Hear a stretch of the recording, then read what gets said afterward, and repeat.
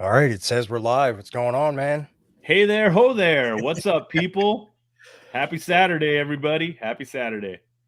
Jonathan had to step out. He should be back soon. And we will be waiting on him to return. Yeah, so we have a special guest. He came to take over this show like all the other shows. He's the bad guy. We got Curtis Ackerman. What's going on, man? Hey, yo. What up, Curtis? What's going on, guys? The man, the myth, the legend. I'm everywhere, and now I'm Saturday. No show is safe, people. No show is safe. What's up, Curtis? Glad to have you on, brother. Thanks. Good to be here.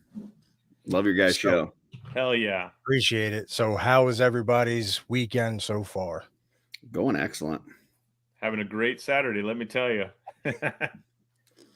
Yeah, I was doing some sculpting yesterday, working on a figure for a friend, and got to probably get to painting it tomorrow. And yeah, just having a relaxing weekend. Did have the power go out for a couple hours a day, but it's up and good now. So very cool. Awesome. What style character are you sculpting right now?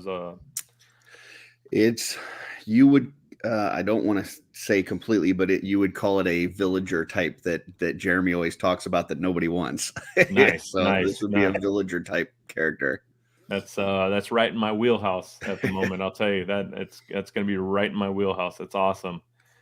What's up, Alexander? What's going on?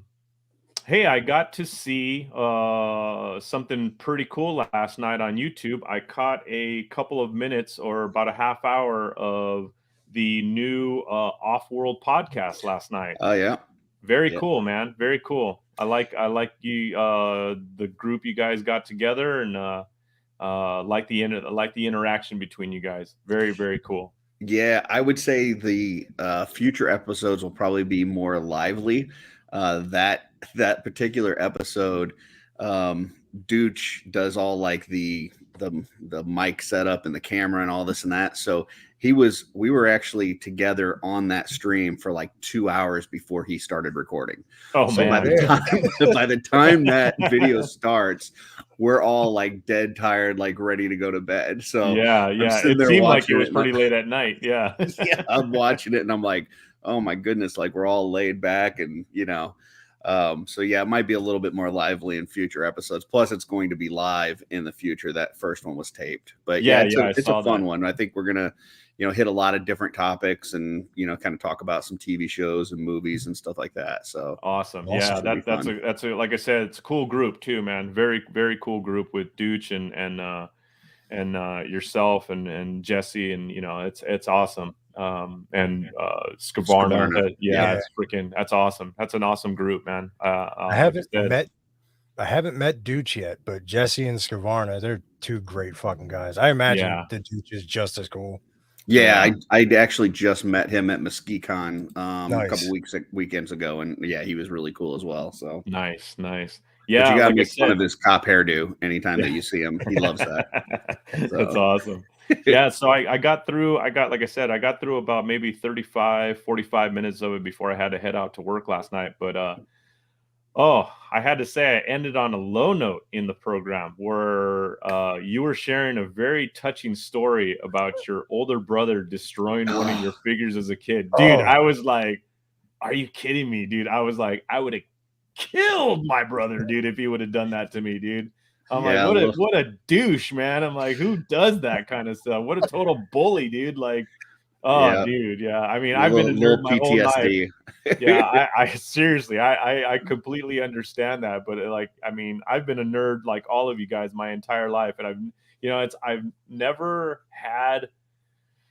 Thankfully, I've never had the whole like bullying, because I was who I was, like a comic book kid, an action figure kid. I mean, the only thing that I guess maybe saved me from that kind of,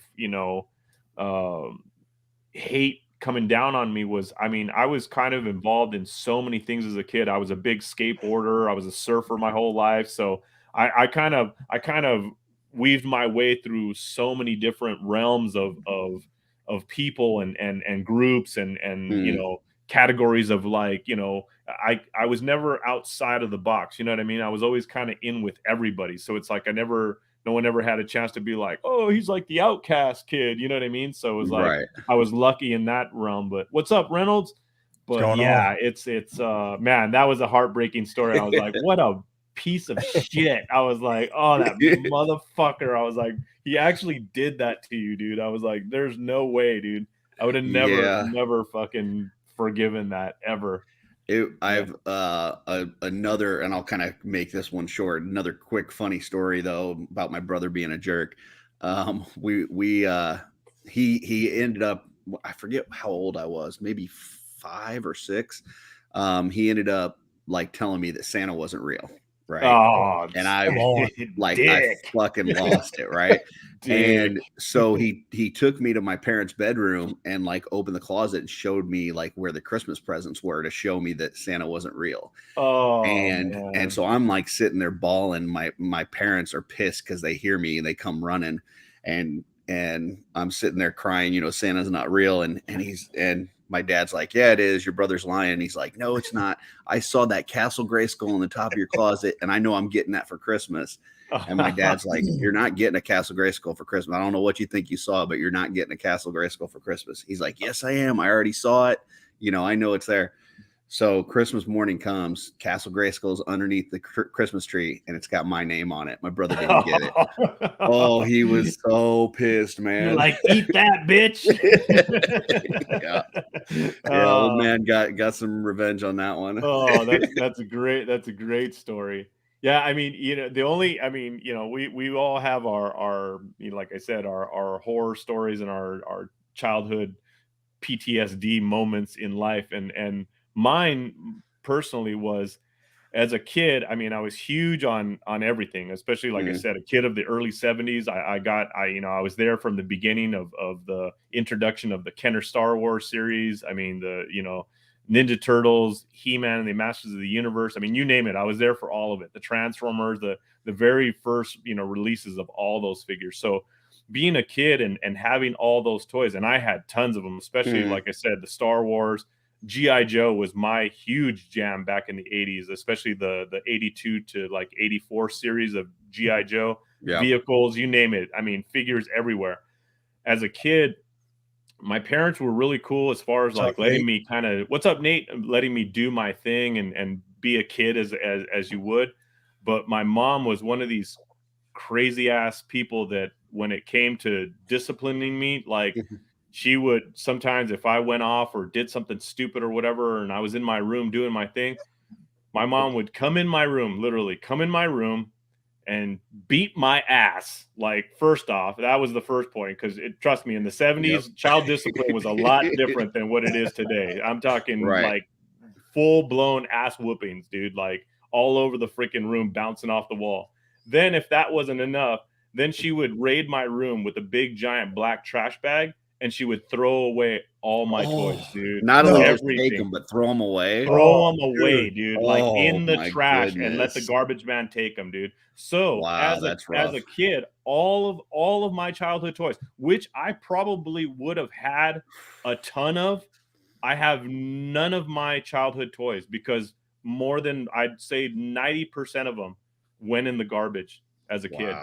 All of my G.I. Joes, all of my Kenner Star Wars and vehicles, all of my He-Man toys, everything. The last toys that I ever had as a kid that I still had some of them before I finally like just gave them up and gave them to kids in the neighborhood were some of my older like He-Man things. So that was it. It was like, but everything else, that was my mom. That was my mom's disciplinary action towards me, was to throw away everything in my room. She would clear out my entire room.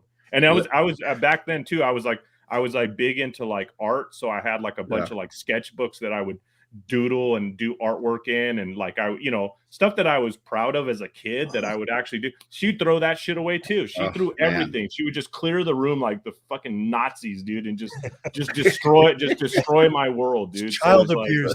Dude, yeah, trust me, dude. Trust me, I have psychological issues from that shit, dude. Just to this day, I do. Let me ask you a question. Growing up, would you rather have gotten whooped by your mom or your dad? Fuck. Well, my dad was a lot stronger, and he was Yeah. an ex-Vietnam vet, Oh, psychopath. shit. So yeah, my mom probably, but either one of them, dude, they took Ugh. they took to me like fucking shit on freaking.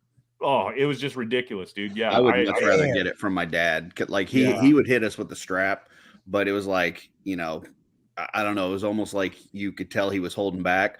But my mom, she had this plastic paddle ball toy that she had ripped the ball off, and she would like reach it up in the air and like channel the power of Thor or something, and then come down and just whoop the shit out of us. We're Yeah, talking no. about like frat whooping the shit out of you. or it what? was rough. So Yeah. My parents were the type that we had a special selection of belts in the closet in the hallway, and they would make my ass go fetch one for them and give it to them to beat my ass with. So yeah, that, like I said, that's 70s kids for you boys. I mean, yeah. you don't know anything about some ass whoopings until you know that life. People in our age group, we know the sound of the snap of that belt. You know what I'm talking about? Yeah. Fuck all that, dude. Yeah, that's childhood terror right there. Yeah, but yeah, like I said, that's what makes me so. I mean, in retrospect, that's what makes me so nostalgic to some of the older stuff, and for me to like reacquire, some of the old toys that I had and loved as a kid. And it's not only for like it's not really the collectability of it. It's the nostalgia for myself personally. Right. You know what I mean? It has no dollar value to it. It's just the loss of my childhood back then, of that piece of childhood that I lost, that I can reattain for myself as an adult, that really brings me back that joy. See, but for me, my mom was a huge garage sailor. So she would do this thing like, hey, if you clear out and sell some of your old toys, I'll take you to the toy store. We can buy you some new toys. So it was always like cycling through. And so I never kept any of my toys for very long.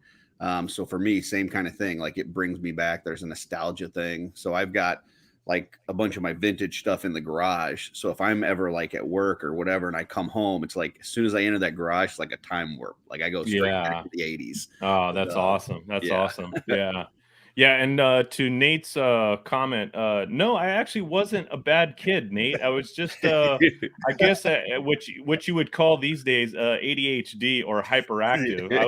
I was just a kid that bounced off the walls and freaking. I mean, I just couldn't be contained. I was little late night LeBron back then. You know what I mean? It just and sometimes it got the best of my mom's temper, and yeah, she hauled off and freaking would let me have it in all ways, shapes, and forms. And yeah, there were my toys. Middle of the afternoon LeBron. Yeah, exactly. No Riddler? Yeah. They didn't have that shit back then. They had the belt back then, bro. They had the belt. Yeah. Yeah. The real cure for bad kids. Shit. But yeah. Mr. Jonathan, welcome back, sir. So that's not quite what I expected to roll up into. Listen. Child abuse, beatings. Listen, I got my own stories too from when I was really young, but yeah, it was a different time. I got to be honest with you. Everybody has different views about it. I'm not necessarily, and we don't need to keep going into the pros and cons of the ways you discipline your kids. I'm not necessarily a guy who thinks that, any kind of corporal punishment is bad, especially for a kid. Like if it's something serious, like don't run out into the street, motherfucker. Like, you know what I mean? Yeah, Stuff like right. that. I personally have never hit my kids. I'm not going to. That's a personal choice on me. I definitely got hit as a kid. I don't know that it did anything, I don't, well, whatever. Point being, that was fairly common back then. So yeah, I think I appreciate you sharing that. This is sort of kind of what goes in.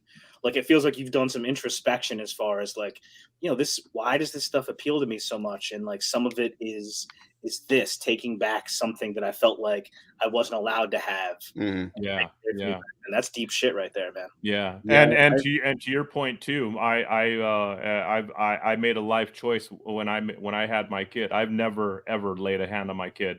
I just from knowing what that feels like, not just physically, but emotionally and mentally. I mean, it's challenged me my whole life. I mean, I love my parents to death. We have a fucking fantastic relationship, both my mother and father.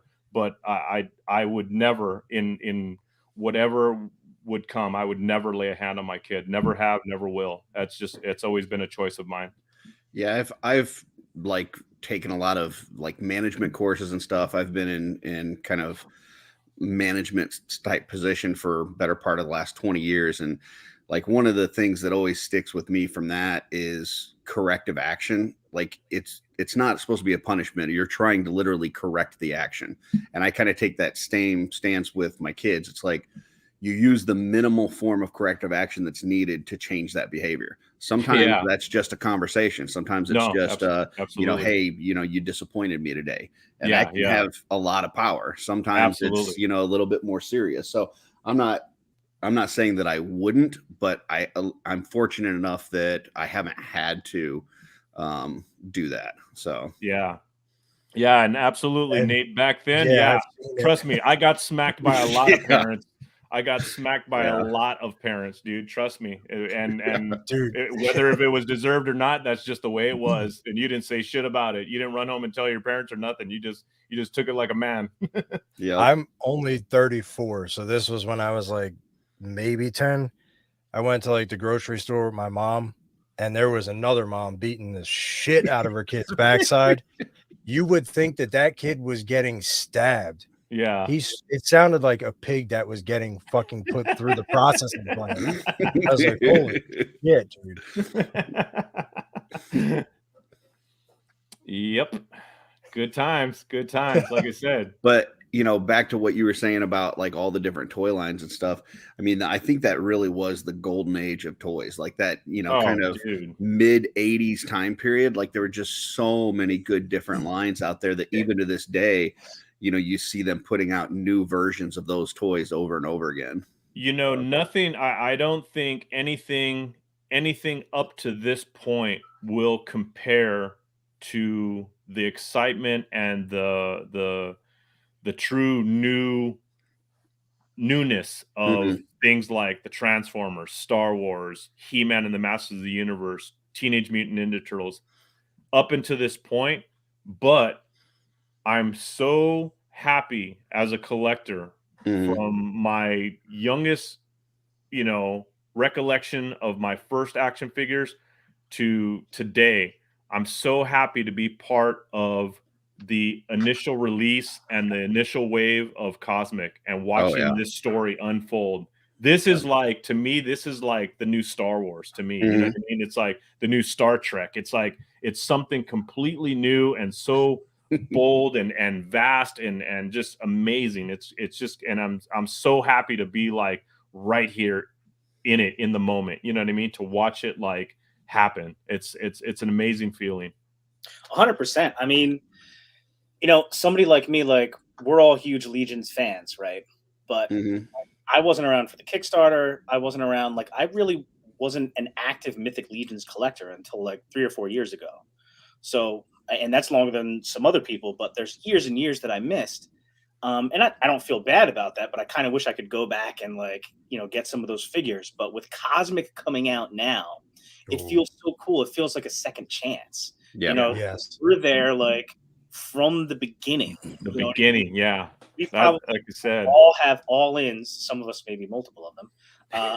We've won Cosmic, and I think that's freaking awesome, man. I'm so excited for this year. I can't even tell you. Yeah. It's gonna be amazing. Has anyone put in an order yet for the Zaxius? No, not yet. I always have to wait till like the last couple days because I always know I want to do an all-in. It's just a matter of how many extras I need to get of what figures. So, I don't want to be placing. Now, what I may do is just place an order for an all-in since they ship separately and then later on do the rest of the order. But yeah, I usually wait till like the last couple days. So it's because what'll happen is I'll place an order and then Jeremy will do one of those shows with Joe Vassapolo and they'll do like 50 million pop-in swaps, and I'll be like, well, frick, I need another one of that. I need another one of this. Yeah. You realize you're like, damn, I need more of those. Like right now, I got my own ideas in my head, but then once you see somebody start playing with those parts, then it's like, well, crap. Now I need 5 more of those guys. Yeah, I like I said, I've slowed down to almost a complete stop for 2023. Aside from a couple of pre-orders that I've placed, but like I said, going forward, I have plenty to trade out in the years to come for, like I said, all the waves that I've passed on: Poxus, Necronominus, Zaxius, stuff like that. And knowing that, like I said, I have so many friends in the community that'll be at future shows where the Four Horsemen will be, and with the events of us being at Legion's Con from going forward, I know I'll have plenty of time to pick up what I need later on down the line. So yeah, I got an email today on a shipping notice, and it's like this is where, like I said, this is where I've gotten myself in trouble, where I completely forget like what I pre-ordered. Like I just got my all-in shipment for the wave that just the All-Stars wave, and now I just got a shipping notice for another shipment that's coming for 1 Boreas, 4 Xylernian guards, 3 ill guards, and 5 Dubons. Like I don't even remember ordering that shit. Isn't that nice though? Yeah, I'm like, oh. When you're on that pre-order train and then all of a sudden boxes just start showing up, like it's so good because it's already paid for, so it's almost like you're getting that stuff for free. But I literally forgot that I placed that other order. I'm like, oh shit, because it was funny when I was actually opening up the All-Stars 5. I was thinking to myself, I'm like, damn, I should have got more of this guy. This guy's really good looking, and I got I got 3 more coming. I didn't even realize I had ordered 3 more. It's like, shit, man. Like, okay. So like I said, going forward, I'll pass on some of the pre-orders, which will hurt a little bit in the pocketbook later on, but it's not any worry to me. Yeah, I'm not quite that extreme for this year, but I just got all my credit cards paid off. So I'm like, that's a great feeling, dude. And I've got, I got some money set aside for my budget for toys this year. So I get, in my job, I get an annual bonus, and I've taken that bonus and paid everything off. And then I put money aside and said, this is my toy money for this year. Nice. So I've got to, that's going to make it all the way through the year though. So I'm just, I'll be careful, but not, quite nothing. But to your point though, I've got probably 80 figures in the garage that are not opened that I could trade for other stuff if I need. Absolutely. So. Yeah. And for me, like I said, with me kind of being more into like the customizing realm, I have a huge stock of bodies and parts and stuff like that I could be using. And aside from trading, I want to definitely, like I said, work on the inventory that I have available to me now. That way I could work through all that and kind of deplete my inventory to a point where I'm comfortable to start buying in bulk more figures. And now, I mean, of course, with Cosmic coming, now my mind's starting to wind as far as like, okay, what can we do as far as, Cosmic customs, colors, things like that. So it's gonna be a cool new loop to jump through as far as the customizing aspect. But yeah, definitely. Well, I see DorkLair in the comments. He has a good video out there about using those clear bags to put your figures in and stuff. Yeah. Oh yeah, I actually ordered those bags. I have like a 100 pack of those bags. Yeah, so I was doing that recently. I like put a bunch of those figures I've got in the garage in those bags. Yeah. And then it's nice now because when I go to do a custom, it's like, okay, what would be good for this? A Goblin Legion builder. I go to the garage and I start flipping through. Okay, here we go. Yep, it's just so convenient. Yeah, those bags are amazing, dude. Those bags are amazing. Yeah, one of the best things I've come across in years as far as like storage is concerned. Yeah. Does he still have the late night the discount code? For the first time, I just opened up my Krotos. Nice. Late night sent me just because I'm so cool. No, I'm just kidding. That's right. That's right. So cool. Oh, dude, I got something because I'm cool too, man. That's right. Beautiful. Yeah. And but no, dude, Eric, I can't say enough good things about you, dude. You're one hell of a guy, man. Thank you, brother. Thank you. I don't have anything that good to be good, man. You know what I mean? I don't have anything that Eric has sent me, but I do have this cool guy. So, yeah, there you go. Yeah. Speaking of which, awesome video, Hedgehog. Yes, sir. Yeah, that man. was a Love that. great video. That was a great video. Thank you, man. Yeah. Listen. I'm also a huge Silverhawks fan going back to the 80s. Mm-hmm. So that was one of like my most wanted updates to a toy line ever. We appreciate you, Eric. I'm excited about the Super 7 ones, although I have my own thoughts about that. But when I saw the ramen toy version, I was pretty pumped about it. And I heard like some things, blah blah blah, it's a little bit wonky. But when I got it in hand, like, dude, this is a great figure. That's a beautiful figure, bro. And here's the thing, like an action figure doesn't have to be perfect. There's not any of them that are gonna be perfect. And in my video, like I talk about the things like the right hip pops off on mine a lot. It when you mess around, like it's got double elbows, double knees, but they still only go 90. That's fine.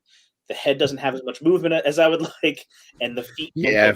a ballet point, which for a flying figure I would prefer. All that being said, it's my number one figure of the year so far. Yeah, I've heard a lot of people complain about the head because that helmet on the back, it doesn't allow you to like lift the head up like in that flying pose, so you can't kind of look up. What I did was I dremeled the back of that helmet a little bit just to give it a little bit more articulation. But yeah, it's gorgeous. My wife actually made this little perch for Tallyhawk too. Oh, nice. dude, that's nice. Yeah, that's sweet, dude. And she just put, because it's got magnets on his feet, so she just put little magnets on the top of the perch. Nice, dude. That's sweet. Yeah. To Eric Miller's comment about not having a nostalgia for the IP, I'm almost absolutely the same. I totally remember, like I said, as a kid, I would watch certain cartoons, and then I would always remember, like you were saying last night on last night's show, Curtis, you would watch the opening, the intro to Gargoyles, but you would never watch the cartoon. I always remember watching the intro to Silverhawks, and if the best I could do is maybe watch the first couple of minutes of it, and then I would be like, oh, I got to go outside and play or grab my toys, or you know what I mean. And I never got into it, but I totally remember the introduction. It's like, and that's always like I said, the nostalgia kick for it. But I never got truly involved in the IP. Yeah, when I was a kid, I was like obsessed with space. I wanted to be an astronaut. And at the end of those Silverhawks cartoons, they did this little segment with like astronomy trivia. It was kind of like at the end of the Masters where they would do the, kind of heartwarming message or whatever, but they did like astronomy trivia. And that was my favorite part, because I was just like, okay, I'm going to learn about Saturn today, and whatever it was. That's funny. So yeah, I love that cartoon. Yeah, but yeah, kudos to you, Jonathan, on the review. And like I said, I'm really happy to see that you have a figure in hand that, like I said, brings that much nostalgia to you as far as a collector. That's awesome, dude. Yeah, and thank you, man. I really appreciate it. And everybody's been said a lot of like really kind things about the review. As far as this is sort of how I look at it, right? Like, I'll probably never be one of the best or more consistent like customizers of figures, even though I do find painting like super relaxing. I find popping and swapping super relaxing. Like instead, like such as it is, good, bad, amateurish, or indifferent, my number one art when it comes to figures is like making videos about them, like telling jokes about them, kidding around about them, like that stuff. Like that's what my thing is. So like when people talk about that, it means a lot.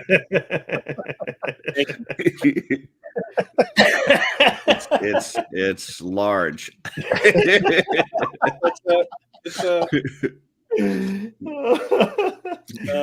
Oh shit. So thank you for that. I worked really hard on it, and I was real quick. A little behind the scenes is that I was worried about it, because I've been working on this review for like the last month and a half, like here and there when I can. We're all busy or whatever, kids, career, all that stuff. But I had this idea that I wanted to use clips from the Silverhawks show.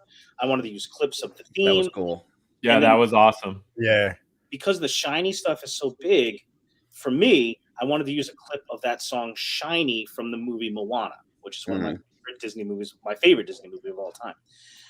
The problem was I'm really worried that all that stuff would get copyright stricken. And so like you make the whole video and then when you upload it to YouTube, there's this, a few like while it uploads, you wait for it to go through the copyright review. And like, in the end, if it gets strikes for anything, you're like, fuck, I got to redo everything. Yeah. But I guess I did it just enough where it ended up being okay. That's awesome. Yeah, it turned out great, dude. Yeah, your video with DorkLair too was really cool. I like that. Toy Tubers. That was a great interview. Yeah. Thanks. Yeah, absolutely. Yeah, Bill's the best, man. He's the mayor of Toy Town as far as I'm concerned. Absolutely, dude. Absolutely. No objection. That series is and also, man, I mean, I'm probably sure you would mention this, but man, congratulations on the write up you got up on the Foosh, dude. That's freaking. Yeah. You're coming up, bro. You're coming up big time, dude. That's awesome. You're everywhere. You're me. Yeah, holy crap. You're the Curtis new Curtis. Ackerman Jr. I'm trying to be around, man. Listen, it was another one of those things where I was like, that Outpost Zaxius wave to me is so cool. Like I'm trying to like back, I can't spend as much money. I don't have enough room, and I'm trying to budget well for toys and stuff. But that wave to me is so cool. I need an all in on that.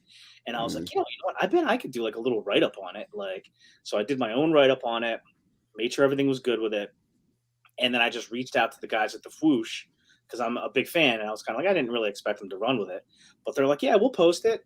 The photos are not really in the right order, but that's okay.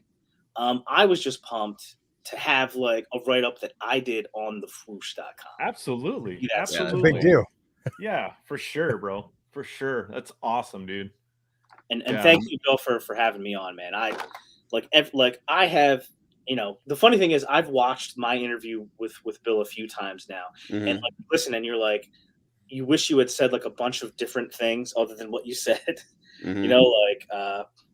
It seems there was a couple times where Bill would ask a question. I felt like I just started rambling about something completely different than what he asked me, and you're like, I wish I had said this, and this.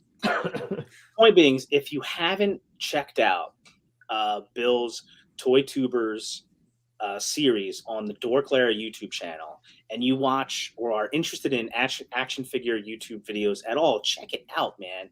I have taken something out of every single video a little bit different. Like you're talking about D-Amazing, Toy Bro, Unparalleled Universe, Jay Hernandez. Like, yeah, so cool, man, to like hear everybody's little different perspective and sort of what goes into it and how they view the channel. And like Jay Hernandez, I don't know Jay Hernandez at all, but he's clearly such a creative dude. He works in like theater or something like that. Yeah. And like his YouTube channel is clearly like a creative outlet. And it's so awesome to hear it. Like to him, it's like, I'm not letting this pressure me at all. I'm using this as a creative artistic outlet. On the other side, you've got Unparalleled Universe, who's like, I have a plan. I would love for this to be like my living one day, and this is what I'm going to do about it. This is what's happening. Like that's fascinating too, and it's like just incredible. Yeah, it's awesome, dude. I can try. I certainly will. Bill. You know who you need to have on?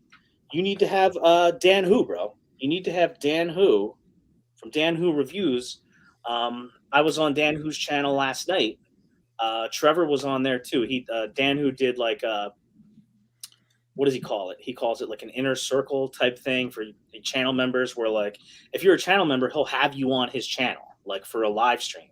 And he had like a 4-hour live stream last night. Holy shit! Yeah, I mean, if you want to, I don't listen. I'd love. I call it like an hour of it. Yeah. I'd love to see Bill do one with Billy Beige. I think that would be a good one too. Incredible. I called out Billy on during the interview as far as because I listen. I met Will for the first time at Legion's Con last year, and like he's a really cool dude. I still don't know him that well, but I've been checking out a lot of his videos on his channel. He's been a machine over the past few months, and he does things like a little bit different, He definitely has his own. It's not as polished. It's like I love like when he's opened stuff up and he just kind of throws it off to the side. It's like get this out of here. Who's that? Billy Beige. Oh yeah, like, dude. His reviews are like his reviews are phenomenal, dude. Yeah. But he does reviews. He does customizing tips. Like Like, don't tell him I said this because you don't want him to get too like his head to get too big or whatever. But that's one of my favorite channels right now is Will's channel. It's too late. I watched that video with you and DorkLair, and I went right to Billy. And I said, "Oh, you got called out in that video," and he's like, "Really?" So I think his head's already huge. Nice. That's awesome. So look at these people we got in the chat right now, man. How cool is this? We got Bill from DorkLair, we got Nate Strong, we got Eric Miller. Like, freaking, I love this, man. Awesome. Hell yeah. Like I said, this is what it's all about, man. It's just about chatting about toys, free form. You know what I mean? There doesn't have to be any certain, form to it or anything. Just, like I said, just do what we love to do. Talk about toys and talk about everything involved in it. You know what I mean? Of course, I love coming on talking with you guys because I can tell. I know she's just being nice, but I feel like every time I bring up toys now, Amber's like, "Oh yeah, tell me about it," and then it's kind of like she puts her hand on her, and then she starts nodding off. She's like, "Put me to sleep, Ryan." Yeah. Are you guys in the? Are you guys in the Goblin group? Mm-hmm. No. Well, like, I am. Chris, you are, right? Yeah, I don't post a lot, but I am in there. All right. Well, they got there's this thing where it's there's a goblin named Mal Lin, who like he's basically going around from member to member of the Goblin group. This action figure, Mal Lin, for anybody I don't know if anybody else is watching. And the idea is like it's like we're chronicling his journey like from like member to member of the group. And I got mine from Joe Edmond. And I haven't even opened the box yet just because I had a bunch of crazy stuff going on at work and stuff like that. But it's the idea is like you're supposed to like chronicle his journey, take some photos and stuff like that. You have the opportunity to like customize him and like write part of his story. And I was like, I pulled the box out and I was showing my wife this morning. And I was explaining to her, and she totally got it right away. And my wife, again, does not give a crap about action figures at all, except to the extent that it, makes me happy. And she's like, dude, we need to bring him to the old mill in town. Like, I live in this little town, Clinton, New Jersey, where it has like a historic old mill with a river, and it's really cool. And she's like, you need to take the pictures there by the old mill and down by the creek. And I'm like, oh my God, that's a great idea. And she's like, yeah. She's like, that's why you married me. Like, yes. Someone has to think for us. Right. So it's I've got, as we're talking here, I can hear my wife in the other room working on a diorama for the newest figure that I'm working on. So I'm pretty lucky in that sense. She works on soft goods, works on dioramas, and yeah, it's pretty cool. She's going to be coming to Legion's Con with me this year she'll have a few things for sale. So that'll be nice. See, you guys are all lucky, man. You all have supportive spouses. My fucking wife hates me, bro. She hates everything about what I love, dude. Everything. Fucking like won't support it whatsoever. Just hates it. I'm like, don't you understand? This is what brings me joy. She doesn't care. She doesn't care. Buy her a cool Joy Toy mech. That'll get her. There you go. I bought her a fucking Mercedes Benz. What else do you want? Buy her a fur coat like Curtis. There you go. Yeah, there you go, dude. What the fuck? Curtis, is it cold there? No. This is just it's just my mantle. My wife worked on for me. She's gonna add a little cape on the back of it for me to bring to Legion's Con. Nice. Soft goods too. Yep.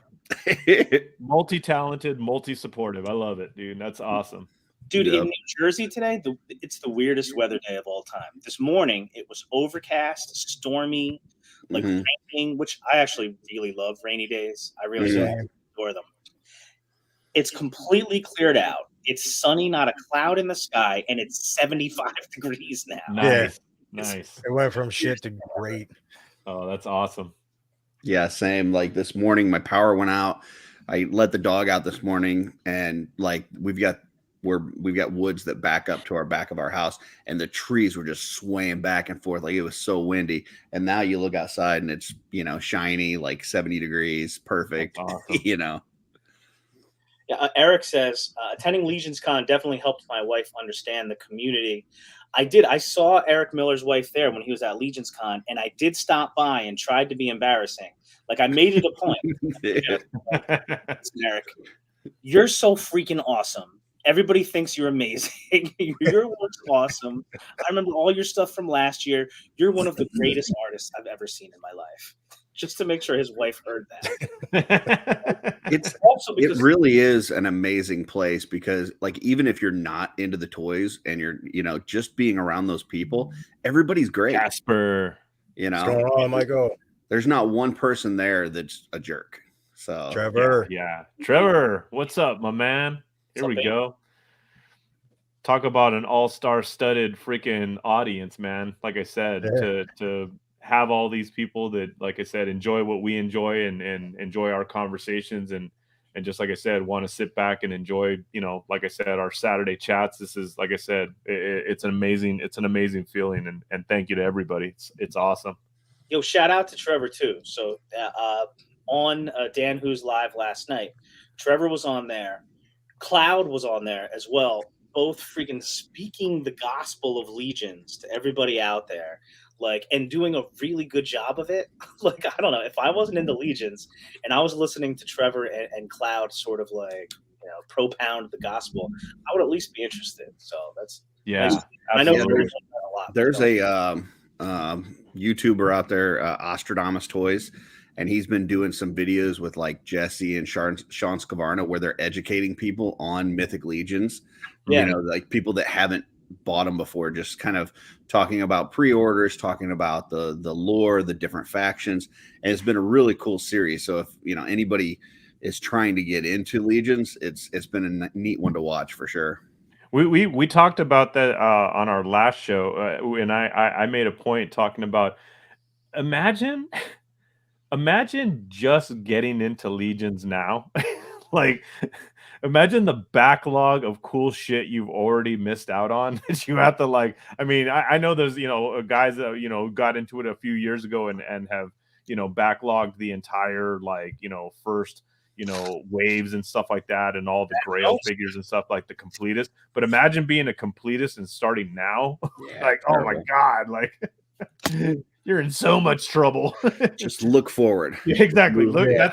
that was our point at the end of our conversation. Just forget about everything else. Just look forward. Just don't look back there. Don't worry about that stuff. Luckily, there's so much stuff coming out, and Bill is like he's always like throwing this out there. And he mentioned earlier, like, getting on the purchase order train is the best train to be on. And shit you, baby, because once you get in, like, you're never like, once you're in, like, for the Legion's pre-orders, you're never worried about it. Like, I was never worried about it. Like, okay, Cosmic Wave 1 got delayed a little bit. No big deal. That means All Stars 5 Plus is coming super soon. Bang. Right. That hit. That wave's amazing.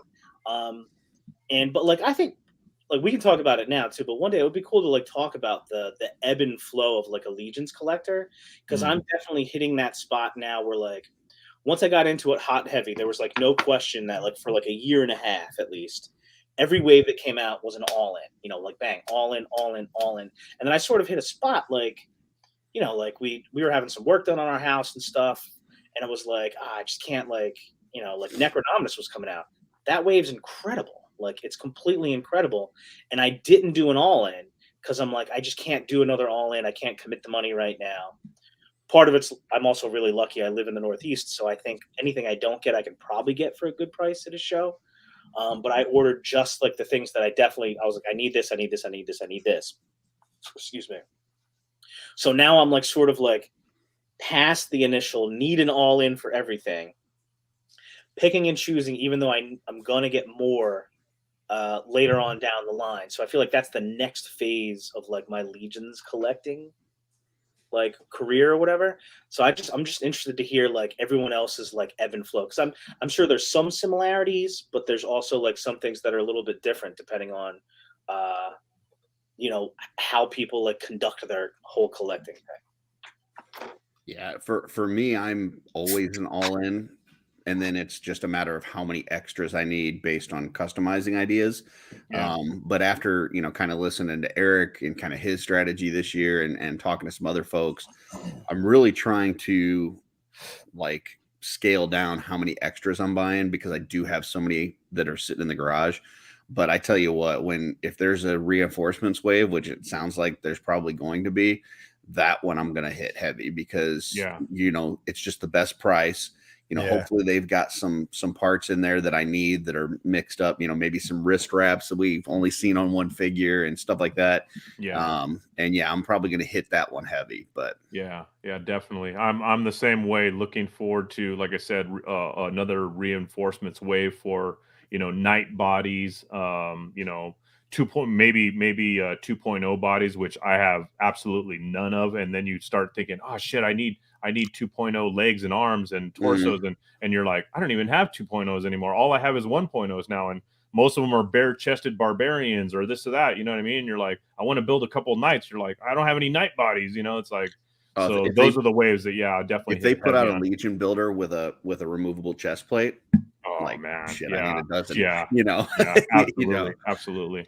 I'm excited about another reinforcements wave or something like that, just for the surprise of it. Like the reinforcements wave that came out a little over a year ago. The thing that was so cool about it to me is like I didn't know that I was going to find one of my favorite Legions figures of all time in a reinforcements wave, the Black Knight. Like the Black Knight's one of the best figures that's ever been put out in the line. It's like it's the easiest one to use for a bunch of pop and swaps. Yep. And so like I'm just excited to like find something that I didn't expect that I'm just gonna love.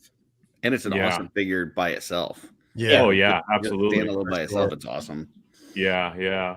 Well, one thing I was talking about too a while back was going forward. I mean, I know with the whole sword and sorcery thing, as far as a customizer, myself personally, artistically, I can see, I could visualize 1,000 different styles and ways to paint, customize, and do these figures. So like the list is endless of the possibilities I have for those types of figures.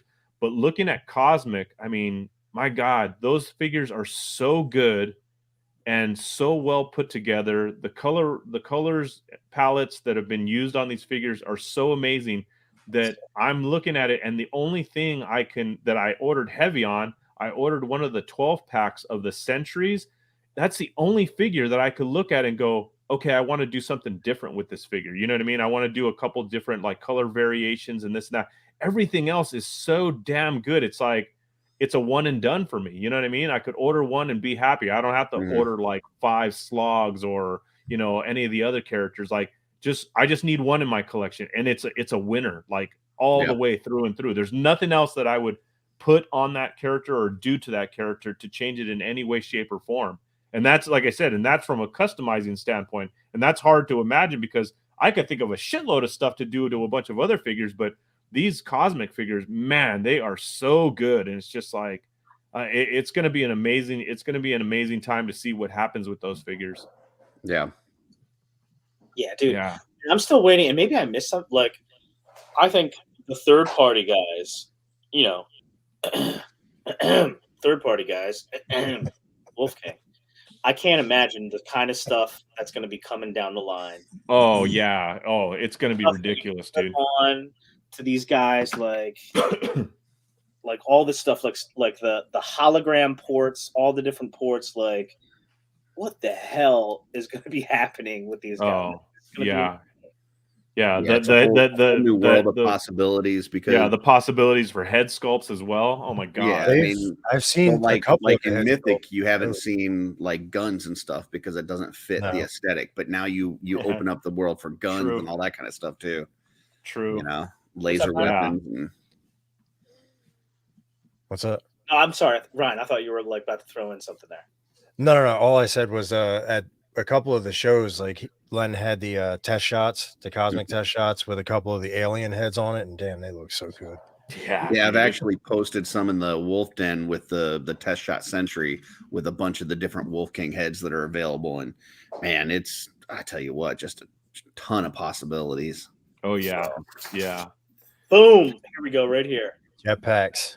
Jetpack. Yeah. I you know what I'm actually looking forward to, and I'm kind of, it's one of those things that I kind of kept aside, just, I know I had a bunch of extra ones of them, but I have a ton of these because I used to be big into building Gundam models, and the Hmm. Gundam models, part of the Gundams is their laser sabers that they have, and the laser saber it almost looks like a lightsaber, like a Jedi lightsaber, and they come in different colors: yellows, greens, reds, blues, whatever you have.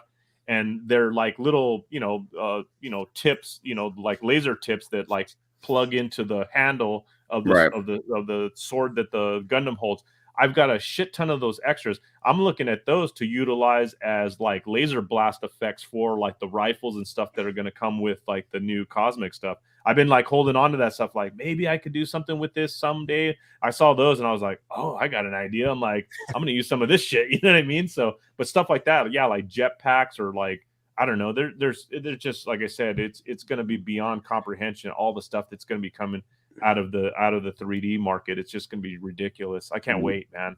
Yeah, I'd like to get a jetpack for my Stratos tribute since he's the best character ever. So whatever. Yo,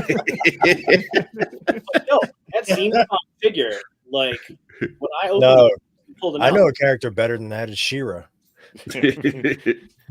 I'm out, you guys. I gotta go. So She-Ra, best Masters character ever. Am I right?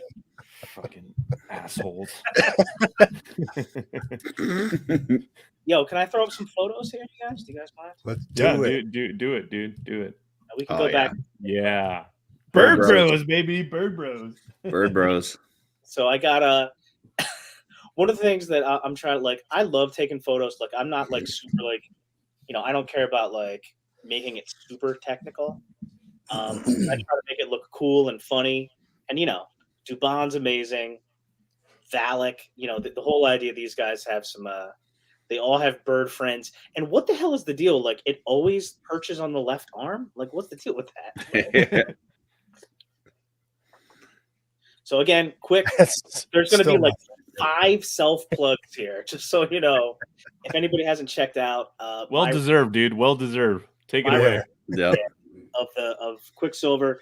I worked really hard on it. I'm happy with it. I'm pleased with it. So, if you want to go check it out and see what I think about his right leg, Bird Bros. Go for it. So yeah, this is me also trying to get better at thumbnails. It's a weird inexact science that I still don't know what I'm doing yet. And this is also my first. I sent it, Ryan and Eric. I sent it to you guys before I put it in the video. My first time trying to like take photos with like a background. Not good because the flight stand was difficult to have Quicksilver fit in while still having his wings port in. So I was trying to experiment with that. Yeah, it looks awesome, dude. That's all you can do with those kinds of stands, especially if you want to get a pose like that. All right, first of all, a little shout out to both Wolf King Customs and my man Eric LeBron. Late Night LeBron was sold out, having a weapon named after him, just as I was. Super honored. But Eric's has now sold out. So how awesome. Eric LeBron, the Cutlass, named in your honor, was so popular because you bought so many of them. And I don't know, maybe that's just because Len only printed like 10 of them. That's maybe why they sold out. I'm not sure. I mean, I bought 5 myself, so I'm not sure. But yeah, I was pretty stoked, dude. I was like, what the hell? I'm like, my sword sold out. That's super, super cool, dude. It'll definitely be restocked. That's for sure. Yeah. I was super pumped to see that. I was like, hell yeah. I was like, here we go. Agreed, Alex. Yeah, it was awesome. Yo, another quick shout out. Yeah, this is awesome. A new favorite for my photo of the year so far. In our award show, Eric, Ryan, and myself at the beginning of January, one of the things we did was we want to do an action figure photo of the year. I think Trevor pretty much swept it for the most part. Yeah. Excuse me. This is a Ryan Gonzalez original photo. And the drama, the tension in this photo, the lighting, with Valak coming down the stairs, Dubon like hiding on the side there. Ryan, can you just give us a few words about how you put this together and your thought process behind it? So I kind of wanted to make it like Dubon was doing like a recon mission, and Valak happened to come, like he heard him, so he just ducked down and pulled the dagger out just in case some shit went down, essentially. But I kind of wanted to do like the Trevor drama, this kind of shots that he does. And that's basically it. I just had to mess around with the lighting. Where a did little this bit. setup come from? Because it's amazing. The crash box. Oh, with the stairs and everything? Yeah, that was the 2020 when Legion Con was virtual. Oh, okay. Yeah, that was the exclusive. Yeah, Yeah, I've never Really? seen that one before. That's awesome. And you never will again. They won't make those staircases again. Pinkerton already said. Yeah, it's cool. dope Yeah. shot from the beardless wonder. I can grow it. Yeah, I'll grow it back. Yeah, No, amazing Yeah. shot, and kudos to you on the amazing placement of that dagger. The stance in which he's holding that dagger, so Yep. freaking awesome. I love that. I appreciate I love it. the whole thing. That like Yeah. just his pose and the way that he's kind of looking up towards the stairs, and it does give you that feel that he's trying to hide and he's not really looking to attack, but Yeah. like you said, if stuff goes down, he's ready for it. Yeah, So yeah, freaking awesome. Where did the idea come with the green lighting coming from the back? That's freaking an amazing part of this shot. So I usually I wanted to do purple just because of Valak, but I was like, you know what? I'm just gonna switch it up and use a color I don't use too often. And Yeah. I went through most of the colors, and I just figured that the green kind of made it pop a little more. Yeah, no, it I just does. went with the green. Totally does. Now, is that a green light shining through a clear window, or did you put a film on the window to shine the light through, or how did you do it? The film already came on the window, so that's just the light behind that diorama that's just shining through. Okay, so the window is already green then. No, it's clear. Clear. Oh, light okay, is okay. The light is green. Okay, that's Yeah. amazing, dude. That's amazing. That was a really Thank you, cool Michael. man, because it matches the purple in a cool, purple and bright green, neon green go well together. And it's such a cool thought because it's it adds an extra layer of drama to it, but it's they're on equal footing, Mm.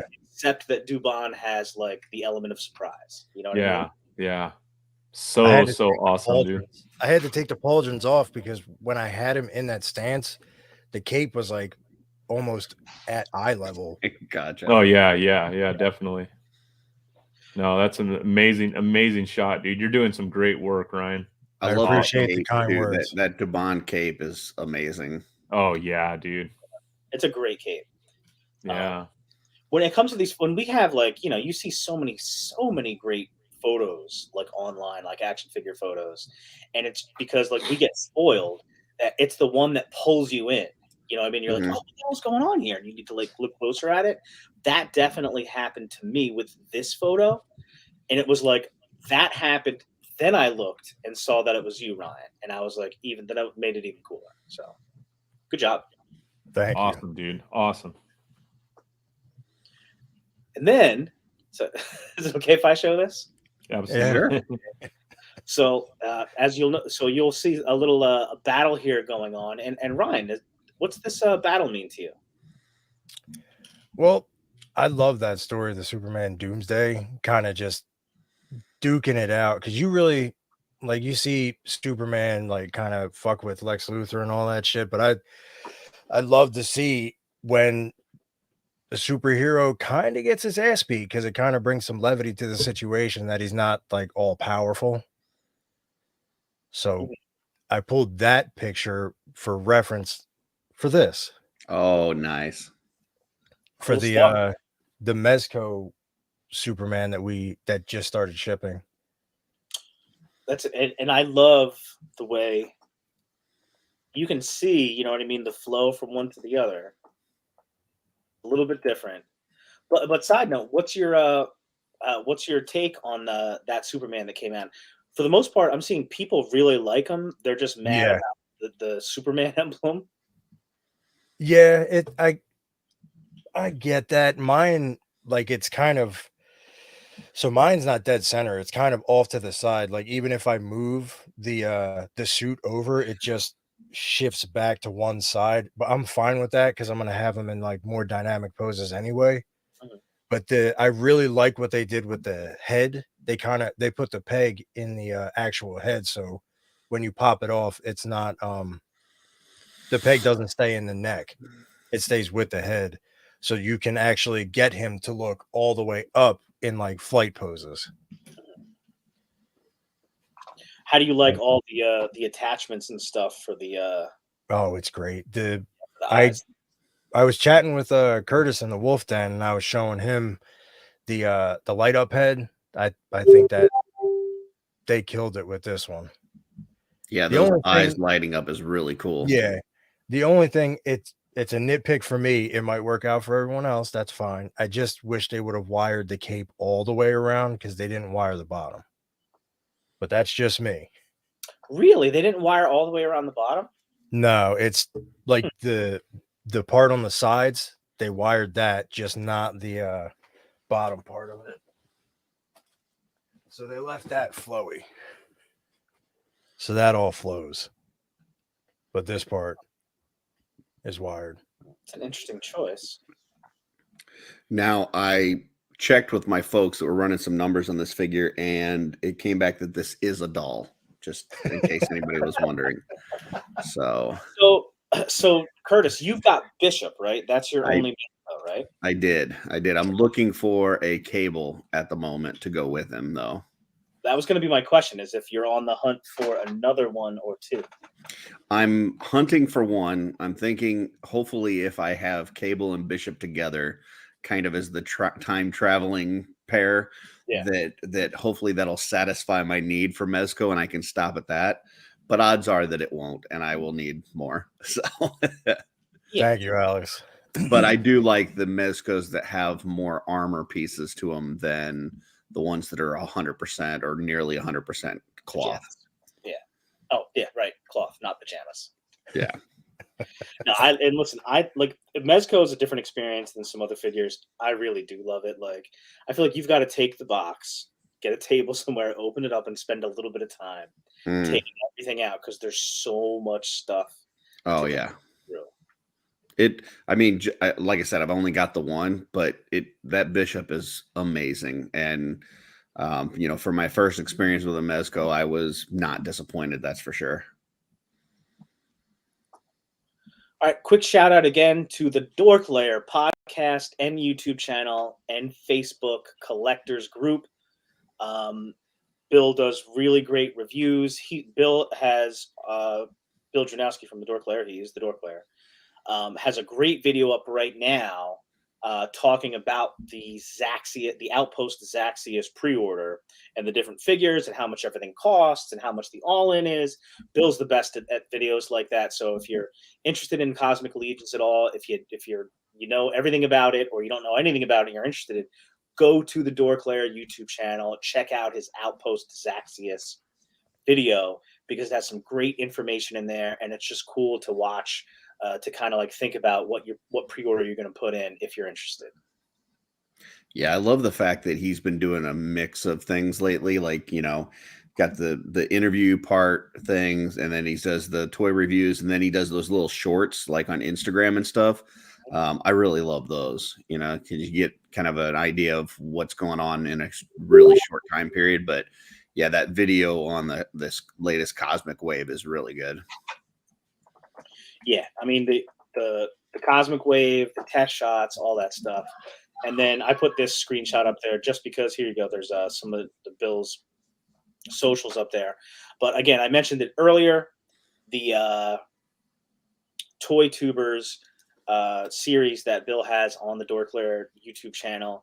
He's essentially has interviews with toy YouTubers who talk about toys or toy related things. And like he asked them like, what made you start your channel? Like, what kind of stuff do you do? What kind of equipment do you like? The different kinds of things that you don't normally hear about. And I think that's really cool. And again, he's got videos with D Amazing, Toy Bro, Unparalleled Universe, Nerdzoic, 1/6 Shooter. Myself is the latest one, the new guy. And I thought that was a pretty cool title. Sir Dork, who is a very cool action figure photographer, So I would very much recommend it to anybody who's interested in that stuff at all. Whether or not if you have your own YouTube channel or you're just interested in that stuff, it's pretty awesome. Yeah, good stuff. Yeah. Alexander Shaw says, I don't know how DorkLair does all of that and keep a work life. LOL, every day it's something new for him, for sure. For sure. Yeah, I mean, I've done a few YouTube videos, and just the editing portion alone takes so long. Filming it, editing it, doing all that. So, I mean, both of you guys, Hedgehog and DorkLair, like the amount of content that you guys put out, I don't know how you find time to do all that, but really appreciate it because that stuff is super entertaining and helpful for those of us that want to know whether to get into a certain toy or whatever. So it's funny. Nate says he wants Bill to interview Bill on his Toy Tuber show. It's funny you should say that. I was gonna message Bill and be like, who would be the best guest on on this show is you. But then you don't want to be presumptuous, and it's like, listen, it's his series. Let him do what he wants. As a fan, I would love to hear what Bill would say on the same series. It would be funny for him to film him asking all the questions and then film him answering it and still do a side by side where that would be really cool. Again, self-plug for myself. This is really cool. I was so happy to be able to tell people that I had my own little write-up posted on the Fwoosh website. Very cool. Again, check out thefwoosh.com. It's everybody here knows what the Fwoosh is. You can get all your news from the Fwoosh. Real quick.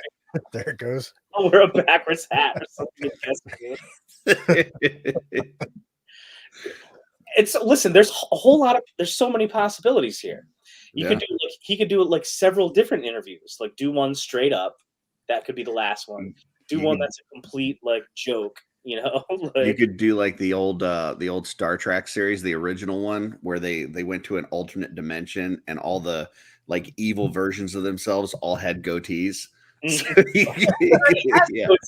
Yeah. You'll have good and evil Bill. So again, anybody that's interested, I did do a quick little write-up on the Outpost Axios Wave, and it is posted on the Fwoosh.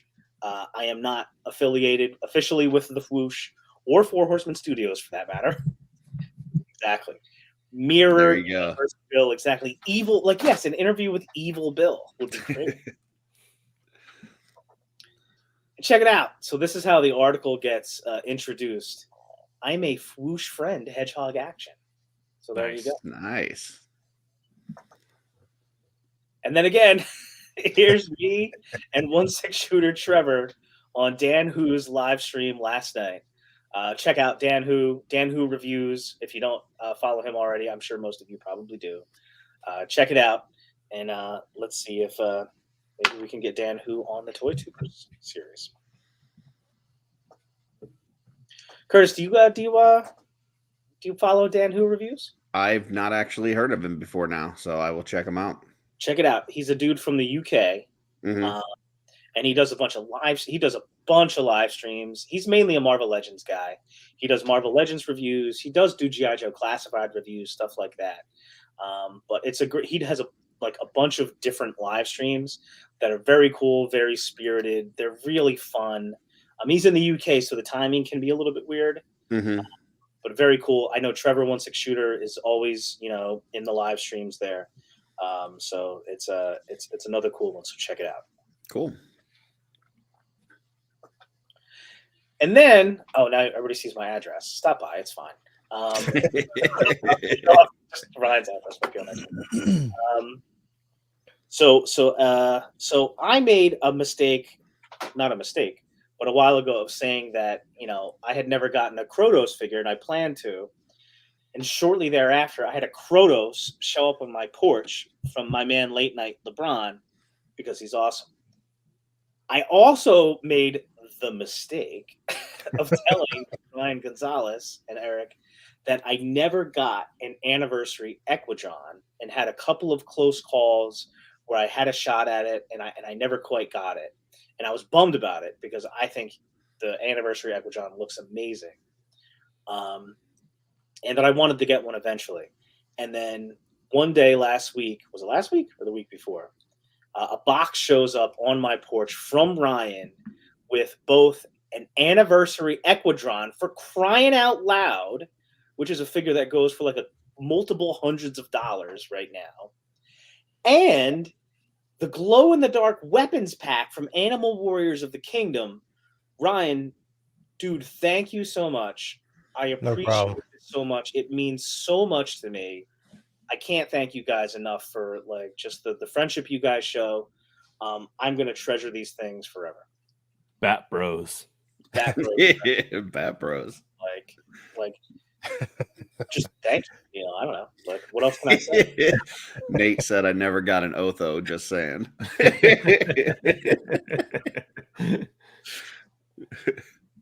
So that's that. Awesome. That's what those are cool. Ryan sent awesome. Yeah, how great. And the glow in the dark is your jam, bro. So that's so awesome. It really is. Glow in the dark is one of my favorite things with action figures. Had to throw this up there. Oh yeah, that's so awesome. None of us were able to go to the Toylanta, but we got some really cool photos and reports back. Will White had, absolutely had some great reports back from Toylanta. Looks like an awesome show. I'd love to go there one day. But these two cosplayers freaking knocked it out of the park. You guys, absolutely, dude. Stuff. Ridiculous, dude. So amazing. I've said since Legions Con 2021, I would love to see more cosplayers invade Legions Con. I mean, full blown cosplayers that do the full costumes, and this is exactly what I'm talking about. I mean, the cosplayer community. I mean, they're such an amazing, talented group of people, especially the people who make costumes like this and do these designs. And I mean, this is to the T. This Legion Builder skeleton and the Legion Builder goblin. I mean, every part of it is just absolutely amazing. So good, dude. Yeah, they nailed these. I mean, they're absolutely spot on. If you compare this versus the actual figures, yeah, like it's just perfect. Yeah, it's so good. Yeah, I was so happy to see this actually come to life. So good. And they're apparently known cosplayers, and I think even that weekend did a couple different things. But like people have said this on a couple of other shows, but like the fact that they decided to pull like they could have done like Batman and Wonder Woman or like something else. Yeah, posted on 1,000 different things. They decided to pick Mythic Legions, 2 Legion builders, and then freaking absolutely killed the detail. Yeah. Like, I'm so impressed with this. Yeah, it's amazing, dude. It's freaking amazing. So good. Yeah, they both do a lot of Masters of the Universe cosplay too. Yeah. So yeah, what an amazing team. Yeah, Rebecca there is the goblin, and she does she's got a Tila and a She-Ra. And then that's her boyfriend there, who on Instagram is under simple tricks and nonsense. And he has a merman one, and he did the War Duke. I don't know if you guys saw the War Duke from PowerCon last year. Yeah, it's awesome. Yeah. Well, what an amazing, talented couple. That's freaking so awesome. Yeah, I love it. You guys ever do any cosplay? Any of you guys? Anything, or like approaching a cosplay or anything like that? Never done it. Always wanted to try it. I like I said, I bought a while back when, I don't know when it was. It's probably a few years now, but I started really getting involved in trying to learn, something new or something cool, in the geekdom kind of realm, but wanted to try my hand at cosplay costumes, and bought a bunch of these, some of the foam stuff that they use to build these costumes with. And I don't know, I never really got around to it, but it was just one of those things that I always wanted to give a shot at. And looking at this stuff, it just makes me want to try it more and more. I would love to walk into a con full cosplayed out like this. It would be so cool. What about you, Ryan? I have not yet anyway. So you're not opposed to it? No, I definitely would like to, but I mean, seeing this, it's intimidating. Yeah. Yeah, to say the The least. only thing I can do is maybe cut like a t-shirt and get cut off shorts and be somebody from wrestling or some shit. I don't know. Yeah.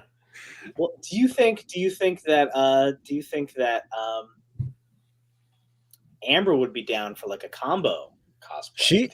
She always wanted to do like a cosplay, but I feel like she's a perfectionist. She doesn't want to just like get the Spider-Man spandex suit, throw that on, and then just go to a convention. She wants to do something like this. Yeah, And this is amazing work, dude. It's just like yeah, I said, it's breathtaking to see someone to bring a 6-inch action figure to a full 1-to-1 scale life. It's so cool. I hear her in the other room saying, "Fuck yeah." Here we go, right here. There you go. Yeah, there it is. That's it. That's the spirit, Amber. That's the That's spirit. it, Ryan. You're in. Now you're in. You're You got something awesome. We're all going to be waiting on it. No pressure. Coming to Legions Con 2023. There you go. I do have one. Like it was kind of expensive, like a good Doctor Strange costume that I bought that I wore for Halloween just maybe like 2 years ago, with like a whole full cloth cape and the shirt and everything. And I even, dork that I am, wore it to the Multiverse of Madness on the first night. And then I promptly went to the movie and then fell asleep during the movie. No reflection on the movie. I'm old, so when I go to a movie that starts at 9:45, there's no chance I'm making it to the end. But that's the closest thing I've got to a cosplay. But I definitely would, man. I'm into all of it. I'm into it. I'm in. Awesome. But the good thing about that is you could wear that to Legion's Con because it's magic and it would fit right in. Just saying. Yep. Magic. You're right, man. Especially with Poxis coming. Let's go, baby. Yeah. So wait, hold on. Since you mentioned that, and I'm sure it's been talked about, and I don't remember what was or what wasn't said in recent months. Do we have word on whether or not Poxis is going to hit before Legion's Con? It should, yeah. I hope so. Oh, child. My goodness. I'm so excited about Wizards and Arakagor. Like, As a Hazar. freaking. I'm excited for Poxis himself. Yeah. But, like, listen, like, there's, like, Dungeons and Dragons feels from this thing. Like, it's absolutely crazy. Oh, look, Alexander Deshaw's like, let's coordinate something. That's right. Alex, life-size, 1-to-1 scale diorama. Let's go. There you go. We need him to build a live-action fountain. Yeah. So it'll be right next to the 9-foot ogre in the lobby. Yeah. Alex, There you go. There might be a Facebook message that you might want that maybe you should answer. Did you happen to watch the sneak peek when I was left by myself? Because Eric just said "fuck you" and dropped out last week. Eric rolls, man. He's like, I'm out. No, he lost connect. He hit me up right away, dude. We got a sneak peek at his next project. I didn't see that part. No. Yeah, you got to go to the end of it. I sent him the link. He hopped on. And he was like, "Oh, I got a sneak peek." I saw he was on. Yeah. Oh shit. Okay. All right, here we go. Oof. Final package samples, Cosmic Legions. Holy shit. Right. I can't wait, dude. Right. I can't wait for these to ship. Eric immediately messaged and was like, I'm feeling my old mitten box days. Yeah. I'm feeling this. Now, I think the packaging does look amazing. I think the art looks amazing. The box looks amazing. For me, I'm not a mitten box collector, even though Eric makes fun of me all the time saying that I am. But for me, like if I keep stuff mitten box, it's normally like a card back or like something that's a little bit different, like the Super 7 stuff. Sometimes I don't mean to keep it in box, but it looks great in box. Mm-hmm. A rectangular box, to me, I don't need to keep it in box. I think this looks amazing. To me, the biggest thing about this picture is that figure. I am so pumped about that science officer. I have the test shot right here, and it's friggin' amazing. but I'm looking at that fully colored with the translucent blue visor, and I'm like, oh my God, I need 50 of them. Yeah, it's freaking amazing, dude. Maybe you is can get really one of amazing. Eric's 12,000. I think this is one of those examples where like you see them put out the prototypes and they put it up for sale and you do the pre-order, and then when they deliver it, it's even better. Like there's a lot of Yeah. companies out there, Super 7's one of them, where like the final product never quite matches up to as good as the prototype is, whereas with Four Horsemen it's better. And I don't know how they do that, but like this thing looks absolutely amazing. So good, man. Oh, hands So down. good. I want to say, for me personally, one of the biggest highlights for me at Intern for a Day was talking with Nate Barch as he was going over the packaging details of when he for Cosmic, and he was showing us what he did. And I noticed something right off the bat, and I leaned over to Nate, and I was like, I saw the where he utilized the back end of the package to put all of the characters that are in the wave on the back of the package. I said, "Dude, is that what I think it is?" And he looked at me and winked at me, and he goes, "Absolutely." I said, "Dude, is that a nod to the old school Motu card backs?" He's like, "Yep." I'm like, "Oh my God." I was like, "That's freaking gold, bro." I was like, "That is the best thing I've ever seen." So, Yeah, like that I said, cross-tail art is awesome. oh, it's so ridiculous, dude. I mean, it's so good all the way around. I mean, like I said, I've completely gone away from my old ways, like Jonathan was saying, of my mint in card collecting habits that I had 20 plus years ago as a collector. But these figures and the boxes that they come in, I mean, just the whole package itself is just an amazing thing to see. And I mean, I know for sure I'm probably going to get this entire line and keep it mint in box, aside from the ones that I actually break out, because like I said, this packaging is just beautiful. Just beautiful. 100%, man. So good. Yeah, I mean, it does look great. I'll be honest, like they could ship me the figures in a Ziploc bag and I'd be good because Yeah. I'm gonna toss this stuff anyhow, but it does look gorgeous. But yeah, I mean, I'm just gonna tear up, get that figure and throw the box away, but it is gorgeous. Yeah, it's beautiful. Amazing job, man, all the way around. And like I said, these figures, I cannot wait to get these figures in hand. It's just it's gonna be a whole nother level of cool. I do like how they're displaying the other parts that come with it Yeah. in the packaging rather than just throwing it in a baggie in the bottom of the box. So Yeah, absolutely. I made a point of that the last show we did, talking about the AS5 wave coming with the head sculpts in the front of the packaging. That's so awesome. I mean, it just like I or like said, Dubon's hands, like they're in the Yeah.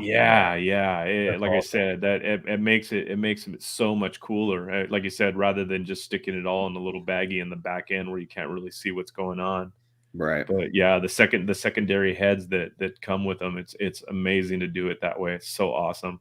Kudos to the guys at the studio who are coming up with those ideas and those little upgrades to make this line so much better. It's awesome.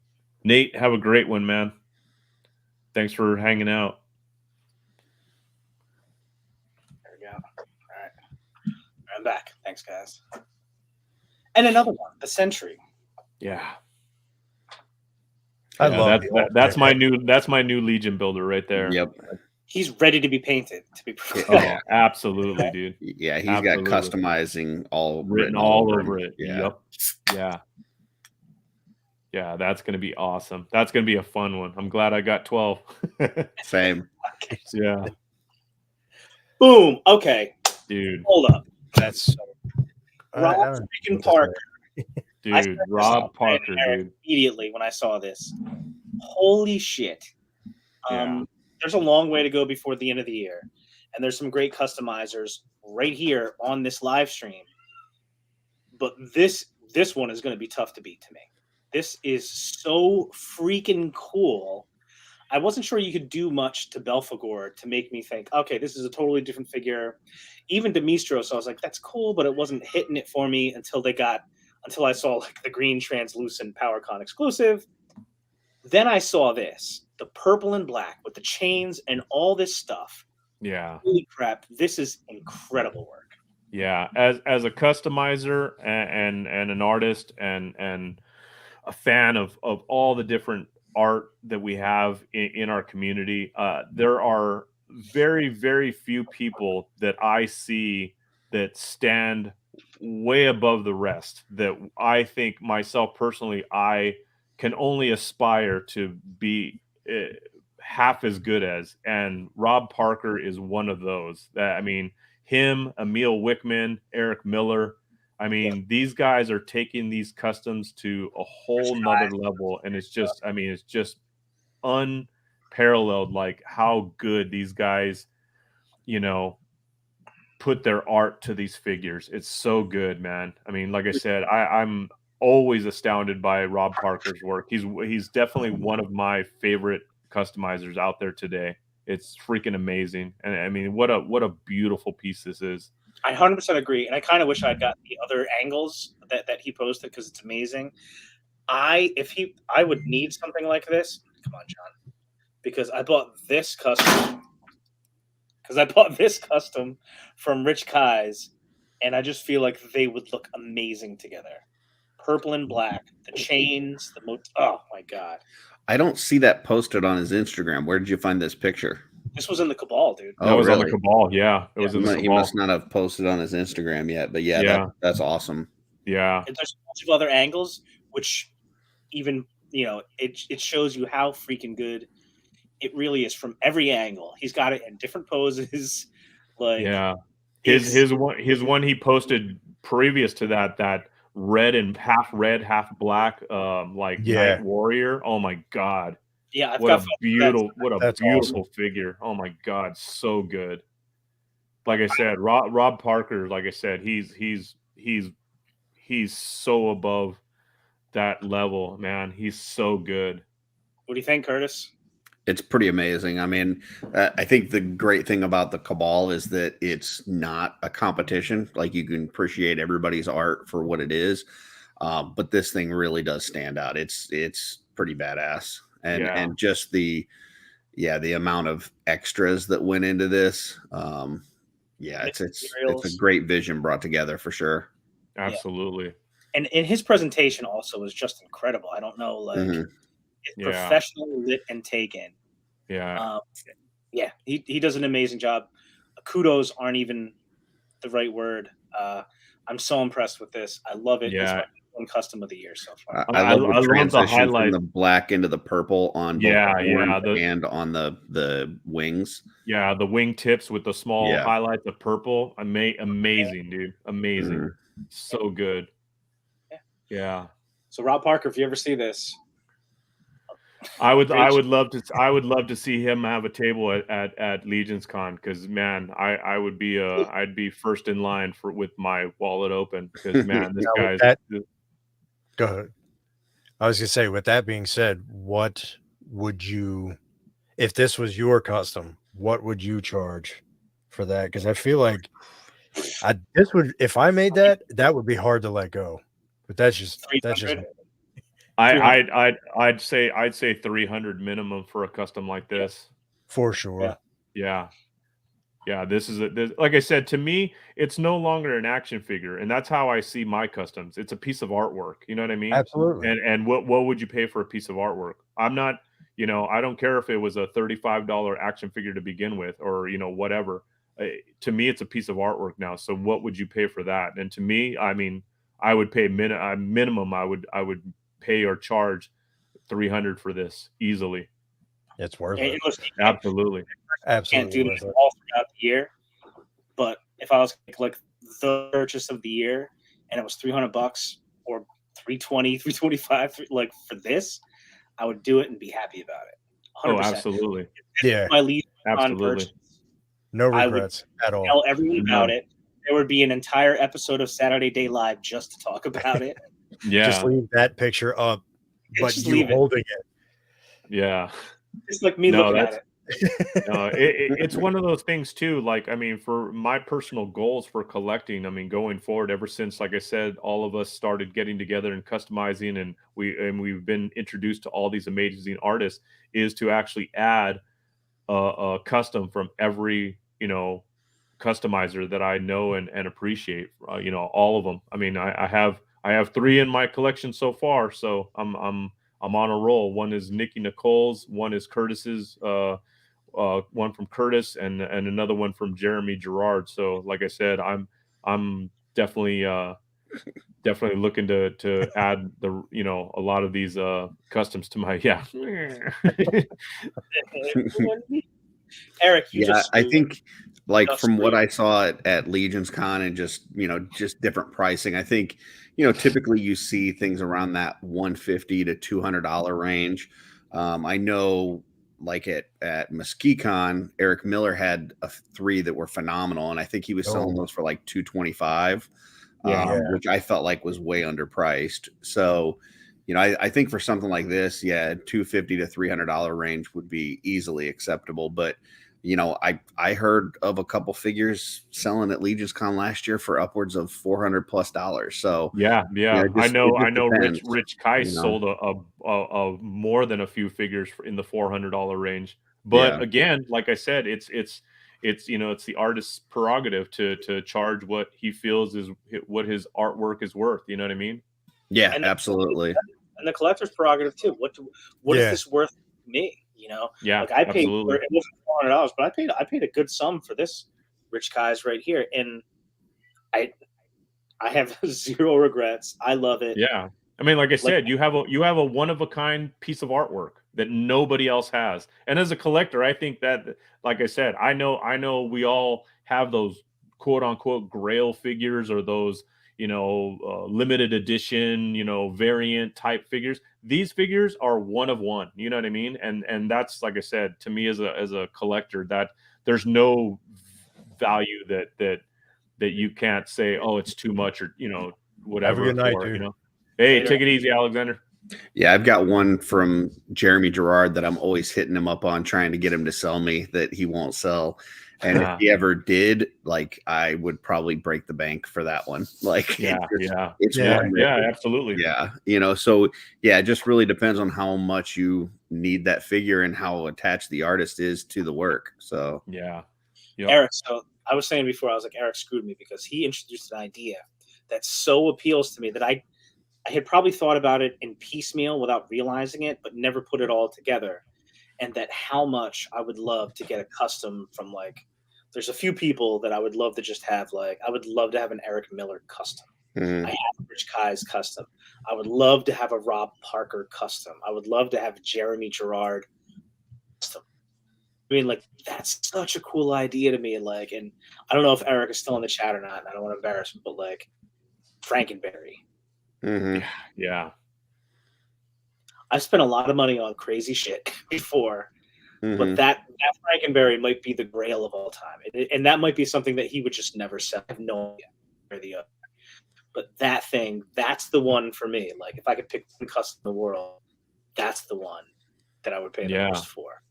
Yeah. Yeah. I almost, at Legion's Con, I almost dropped $1,000 to Christian and Carlo and Christian for that four-legged alien Oh, that thing was thing so that they cool. oh dude, Yeah.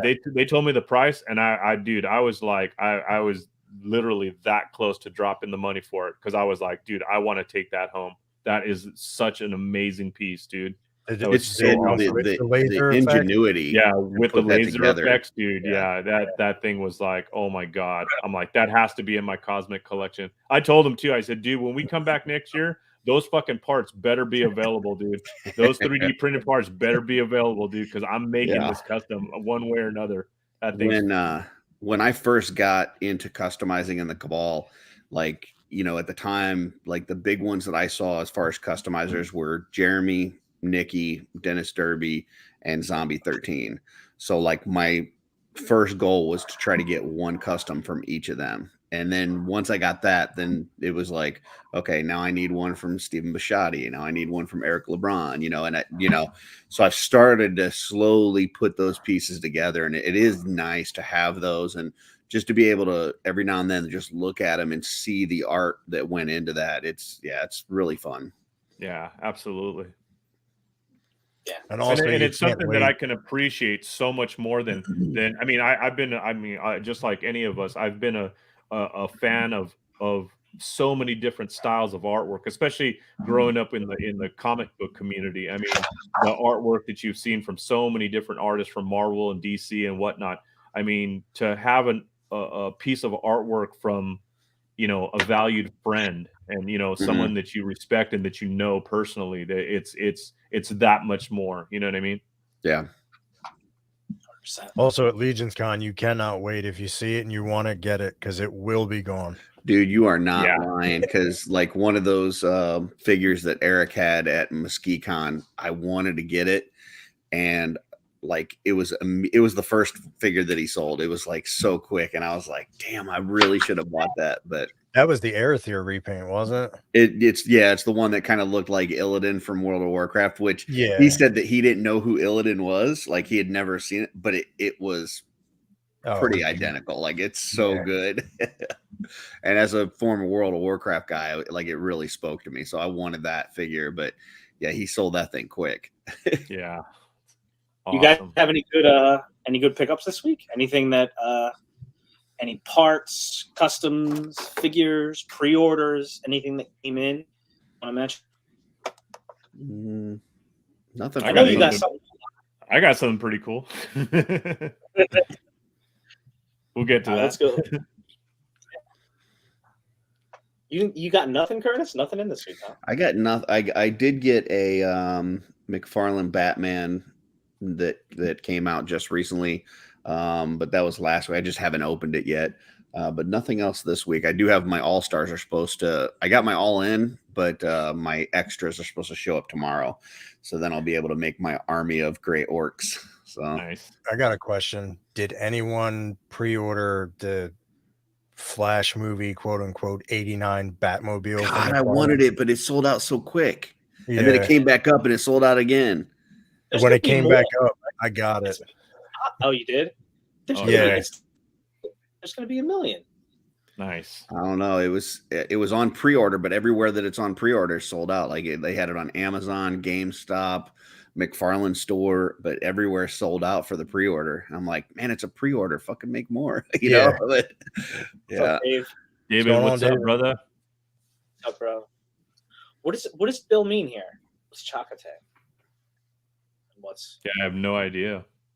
I don't know what that is. 7 of 9 and Chakate? I don't know what is that. I'm interested now. I don't know. Maybe he's having a stroke. What the fuck? Star Trek, he says.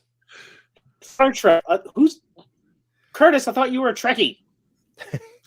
I used to be a Trekkie. Oh, Chakotay from Voyager. Got it. Yeah. Wait, is that the That's he was that he was that you've been doing, Bill? He was like the second in command on that Voyager series. Yeah. Okay. And 7 of 9. Yeah, definitely no 7 of 9. I'm not a Trekkie. I'll admit that right now. I'm not either. So I have no fucking idea what they were talking about. They're speaking Vulcan right now for all I fucking know. I'm sorry. And I'm kind of sad about it because I kind of feel like I'm the perfect age to have been into TNG. And I feel like I would have loved it. And I just didn't watch. Like I remember being on and stuff, and I'm not like anti Star Trek. Like I have a buddy who's like way into Star Trek, and I've gone with him to see a couple of the movies. Freaking love it. It never happened. I never got into it, and I'm kind of sad because I feel like I would have been a Next Generation fan. So I'm kind of sad about that I wasn't into it at the time. Were any of you guys into TNG or no? I was at the time. Like it didn't age well. Like if you go back and try to watch it now, it doesn't age well. But I was at the time. I would say if you were going to get into one series, I'm the wrong person to ask because I like Visionaries. So. yeah, I would watch Voyager that DorkLair was talking about. I think that is the best series in terms of just holding up over time. Mhm. So, and is it like here? So I'll throw this out there because this is relevant to today. Is that I've never gotten too far in Clone Wars because I didn't watch it at the time. Star Wars, Clone Wars. Going back now, like even like I've gone back and started it and spent time like going through it, and like I'll like have watched like 20 episodes and I'm not the first season yet, and it's like, oh my god, there's like how many seasons of this? Like how am I ever gonna get through it? And I'm just like, fuck it, whatever. But, Yeah, I'm the same way. I started Rebels. There's only 4 seasons, so I'm like, yeah, I can do 4 seasons. Like I'm into it. You know, I watched a few and I'm into it, so I'm going to keep going. It almost sounds like, would it be fair to say that Voyager is sort of like a Rebels for Star Trek, or is that? Without giving too much away, I'll just tell you kind of the premise of it is that they get lost in a sector away from home, and they're so far away that there's no none of their bases or civilization around them, and they've got to try to make it home. So they're really on their own, and it's just this series of them encountering, new species and new areas and stuff, and it's really fun. It's awesome. Yeah, I'm seeing some Rebels love out there. I'm into, and part of what got me excited again. Who's here is watching Mandalorian? Oh my god, everybody! Yes. Everyone's caught up. Yes, I'm not caught up, but yeah. Are you a Mando guy? I think I've finished episode 3. I'm still in the first couple episodes of season 2. Oh okay. wow! So Curtis, you only finished maybe episode 3 of the season. Yeah, of this season. Yeah.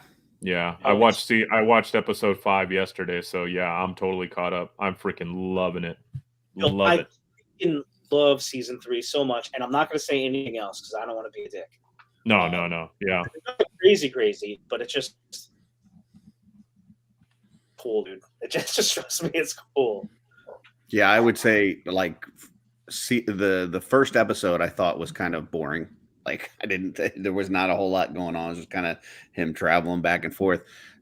The second episode picked up a little bit, and then the third episode was amazing. Like the third episode, I was blown away. Yeah. So yeah, I'm happy with it so far. Yeah, so I'm pumped about it. What else was I gonna say?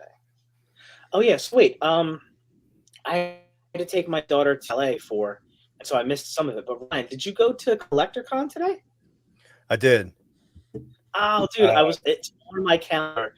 I was gonna go, but then I had the kids had stuff, so I didn't end up going. It'd been cool to hang out for a bit. Yeah, so I was explaining to Eric, it's like it really isn't that big. Me and Amber did the entire show.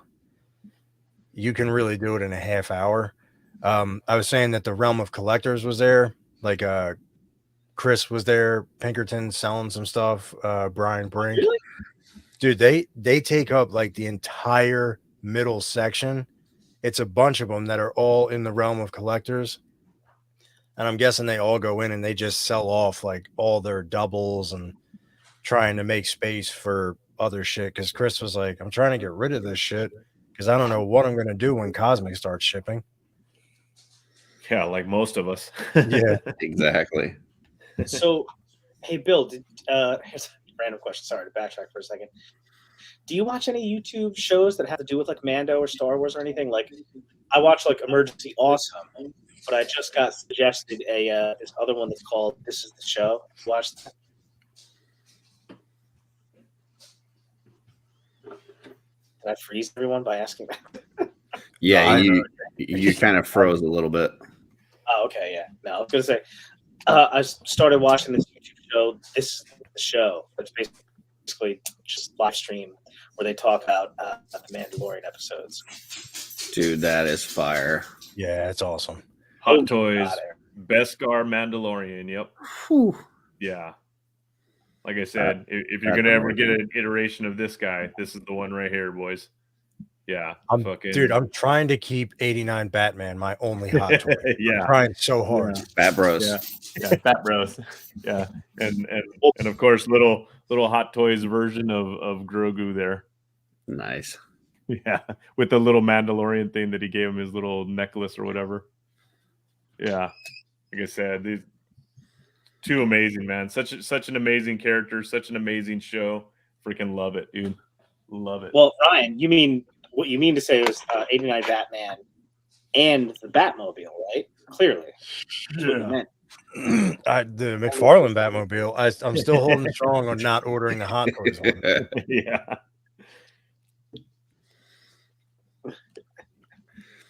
How much is that Hot Toys Batmobile? Like 700 something. Yeah, I just can't get over that. Dude, the detail, it looks phenomenal, but it looks great. It's that price tag. There's a payment plan. Hey, Victoria. Yeah. I get a $700 Batmobile. You want to sell your flagship? Oh. She means the flag, but I think that counts in court. Yeah. No. That means yes. I'll take that as a yes, right, guys? I would totally sell a flag for a Batmobile. DorkLair said it, man. If you only get 2 Hot Toys, get 89 Batman and Mondo. Well, I've already got my boys sold on 89 Batman. Thank you very much. Bat Bros. David, we have not. No, we have not yet. That's okay. Huh? They're fine. They're fine. Oh, David, why you got to bring up a sore subject? So I've seen, Victoria, did you go through the pictures, like the link that I sent you, like the articulation and what the body looks like and all that? Oh, the filter? No. Sorry. For 700, for 700, you could build a real one. Yeah, exactly. Well, I can say I got my shipping notice. Got my shipping notice for S89 bats. That's messed up because you ordered on the initial Day one. pre-order. Yeah. Son of a bitch. I didn't know it was on the wait list till about a year and a half. I think the way he articulates, I think it moves like pretty damn good. It's just I think the powder coat, he said you could just take like warm water on like a cloth or something and just get that off if you don't want it. Yeah. But yeah, that was for shipping purposes, I think they said. Yeah. What did they do? They powder coated it. What are you talking about? They like put a powder on it so that I guess the material wouldn't stick to the packaging and cause problems. So like when you first pull it out of the package, it's got this like powdery substance on it. Wow. But you can kind of blot it, I guess, with like a damp rag or something and get that off. That's kind of annoying. Yeah. This is the TV League Anubis. Oh, those are awesome. All time. The reason why I pulled him out is he's got the same rubberized, like what do you call it? The rubberized body with no joints whatsoever that you can see, like 89 Bat. And he also, out of the package, had like a white powdery outside. And so I wonder if in the manufacturing process, that's something they do to sort of protect the quote unquote finish or the look of the figure when it's produced. Because again, the whole thing about 89 Bats, again, was he had a seamless body, right? Yeah. Seamless, that's what I meant. Yeah. I think the cape and the the cowl rubs off. The cape and the cowl look great on that Batman. The only thing that I don't like is the textured look to the suit. Like it looks, I don't know, just looks odd. Yeah, I agree, because in the movie it's like it's flat, smooth. Right? Or smooth. Yeah. Why does it look like it's like battle tested or something? I don't know. It's odd. And the thing is, like, I wasn't in on this from the start. So, but as this thing went on and people were talking about how long it was taking, I was assuming that Mezco was taking their time to make sure this thing was perfect. Like, Mm. you know, so I figure, you know, okay, yeah, these people are going to have to wait 3 years or whatever, but when they get it, it's going to be the best Batman ever. And I'm seeing the pictures and I'm like, it's okay. Like, it's the cape looks great, the cowl looks good, but the body, it's okay, you know. I just Well, want to see a as far- video of the eyes.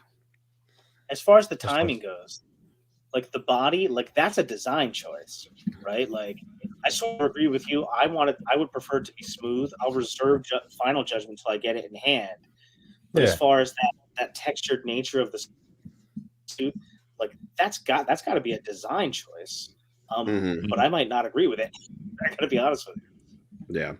We'll see when I get it in hand. Like, and I agree, Ryan. The PERS aspect of it does look kind of weird and a little unnecessary. But Well, I've seen people post it with the cowl on it without the cape, and it looks like the head is like huge compared to the body. But like you're gonna have it with the cape on, and when you have it with the cape on, it looks fine, I think. So Yeah. most of the ones that prior pictures, the thing I was worried about was the cape, and the fact that the cape looks pretty good has me. I'm just excited for it. You know, I'm just pumped to see what it looks like there. I'm pumped to finally see you guys get it in hand, man. Shit, after all that wait, shit. Well, Jesus. I never complain about anything, but just throw an update. Say, hey, it's taking a little longer. right. But again, the Four Horsemen spoil us with keep being so transparent about everything. Yeah. So, I guess I get it. Yeah, but now it's here. Now it's actually hit it. Well, it's here for you. So It's coming, man. It's coming.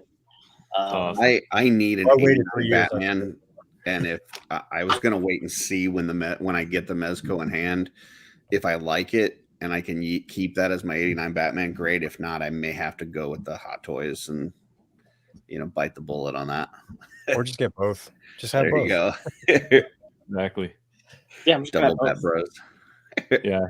Curtis wants to join the Bat Bros team. Bat Bros. At least the top 10 movie for me all time. Maybe top 5. That's how much I love that movie. Oh yeah. So good. All right.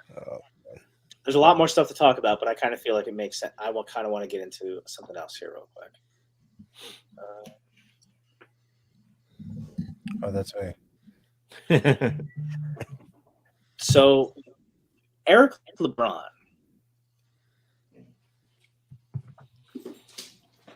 I'm going to use this as a little inspiration. I've got some more photos too. This is a pretty cool looking little sculpture here, little 3D print, but I don't recognize it.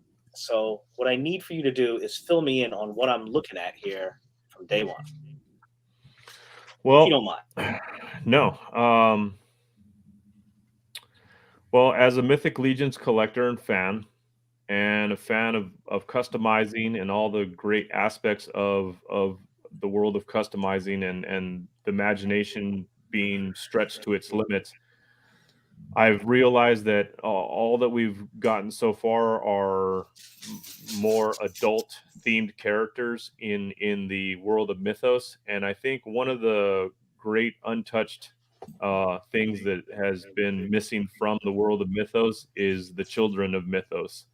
So I partnered with Noble Bear Customs and came up with an idea to start a series of childlike characters to go and work with Mythic Legions. And this is my first introduction and my first reveal of my first character, and his name is Dwin the Wayfarer. So he's kind of an orphaned adventurer who kind of travels in and out of Mythos to find adventures to get into. And he's a creation I came up with based off of a piece of artwork that one of my best friends for over 33 years.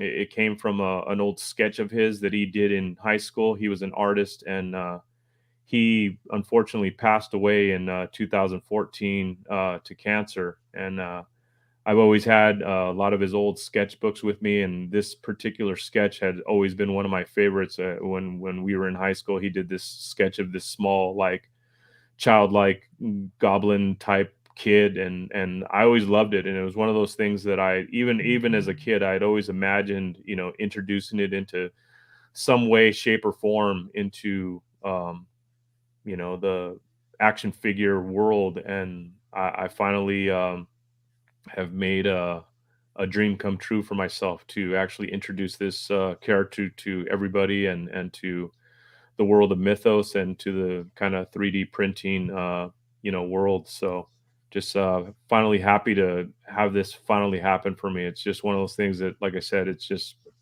words can't describe how happy I am about it, and how awesome it feels to bring to life one of my friends' pieces of artwork. That's so freaking awesome, man. Yeah, I can't even tell it's you. Thank great, you so dude. much for sharing. Yeah, I'm really super stoked about it, dude. Like I said, I'm over the moon about it, dude. I'm just, like I said, I have a lot of other ideas, but this was definitely one of those heartfelt things that lifelong goals of something that, like I said, I wanted to introduce to the rest of the world, and like I said, share a bit of my heartfelt love for my friend and his artwork, and the things that he did, and how much he inspired me as my friend. And it's just, like I said, I wanted to recreate this piece of artwork, and bring it to life. And I'm so thankful for to Anthony Velez and Noble Bear Customs for taking on this project for me, and helping me out, and helping me create this piece as my kickoff piece. And I'm going to actually have a few of these printed for my table at Legion's Con, which will be an exclusive piece at Legion's Con for the first grab. You know what I mean? I'll probably have them later on down the line, available on Noble Bear Customs. And yeah, this is my dude doing the Wayfarer. So I hope you guys enjoy it, man. I really do. Absolutely. Yeah. It is a beautiful piece. And like Dude, I was thank saying you so earlier, what a great way to I honor feel- your friends.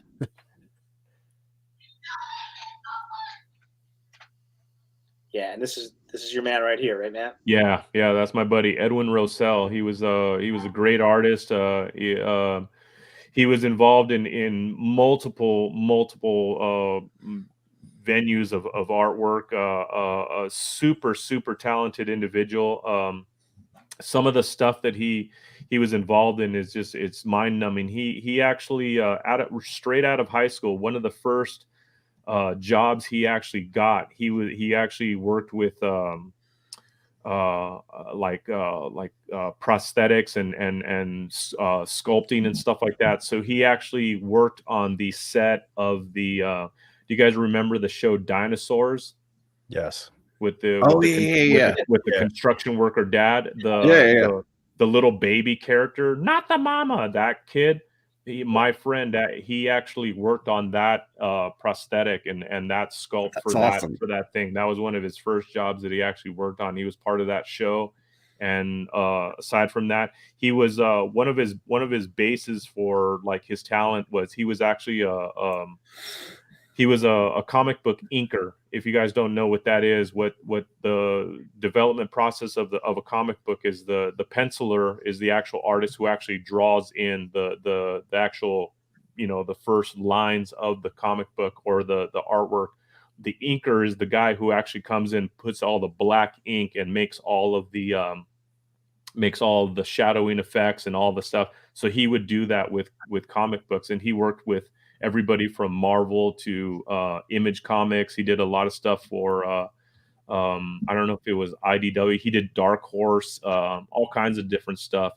And aside from that, he was actually he actually did environmental layouts and designs for a bunch of gaming companies. He was actually on the team that he actually helped develop the environment for the very first oh, what's the Uncharted series for PlayStation. He actually did the environment. He was one of the artists that did the environment for that series of video games. And I mean, like I said, he was uh, a phenom artistically, and like I said, anything the guy touched was just gold. And like I said, his whole life had revolved around art. And I met him when we were both like 8 years old, and we grew up as kids. And I mean, like I said, can't even tell you the countless times we spent inside of comic book shops and watching cartoons together. And I remember even as late teenagers, just getting out of high school. I mean, we were both every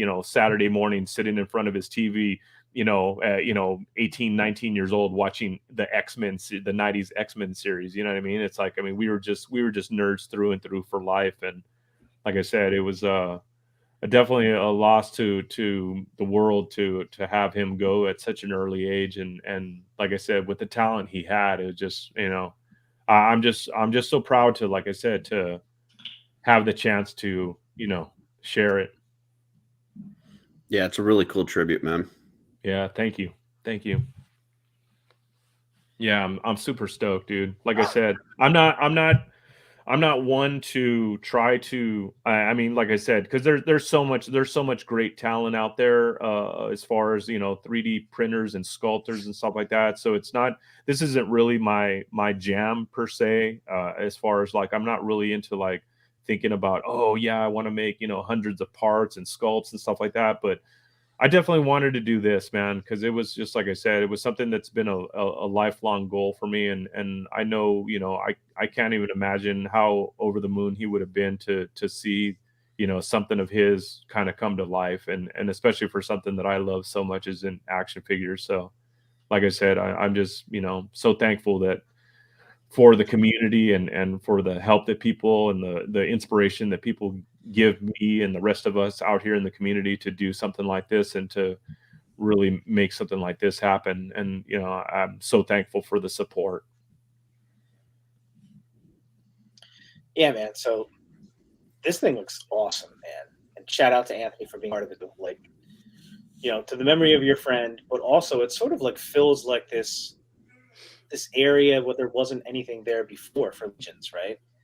Yeah. All of a sudden you have this whole new area of like photos and stuff that becomes possible with like a totally different kind of character, which like suggests a totally different kind of scene or setup, right? Like this isn't a character that evokes like a an eternal battle or like something like that. Like it's something else, this little guy like hiding around a castle or something like that, or even playing by a stream, like this totally different set of circumstances just by the fact that this is a real small child or elf kind of character.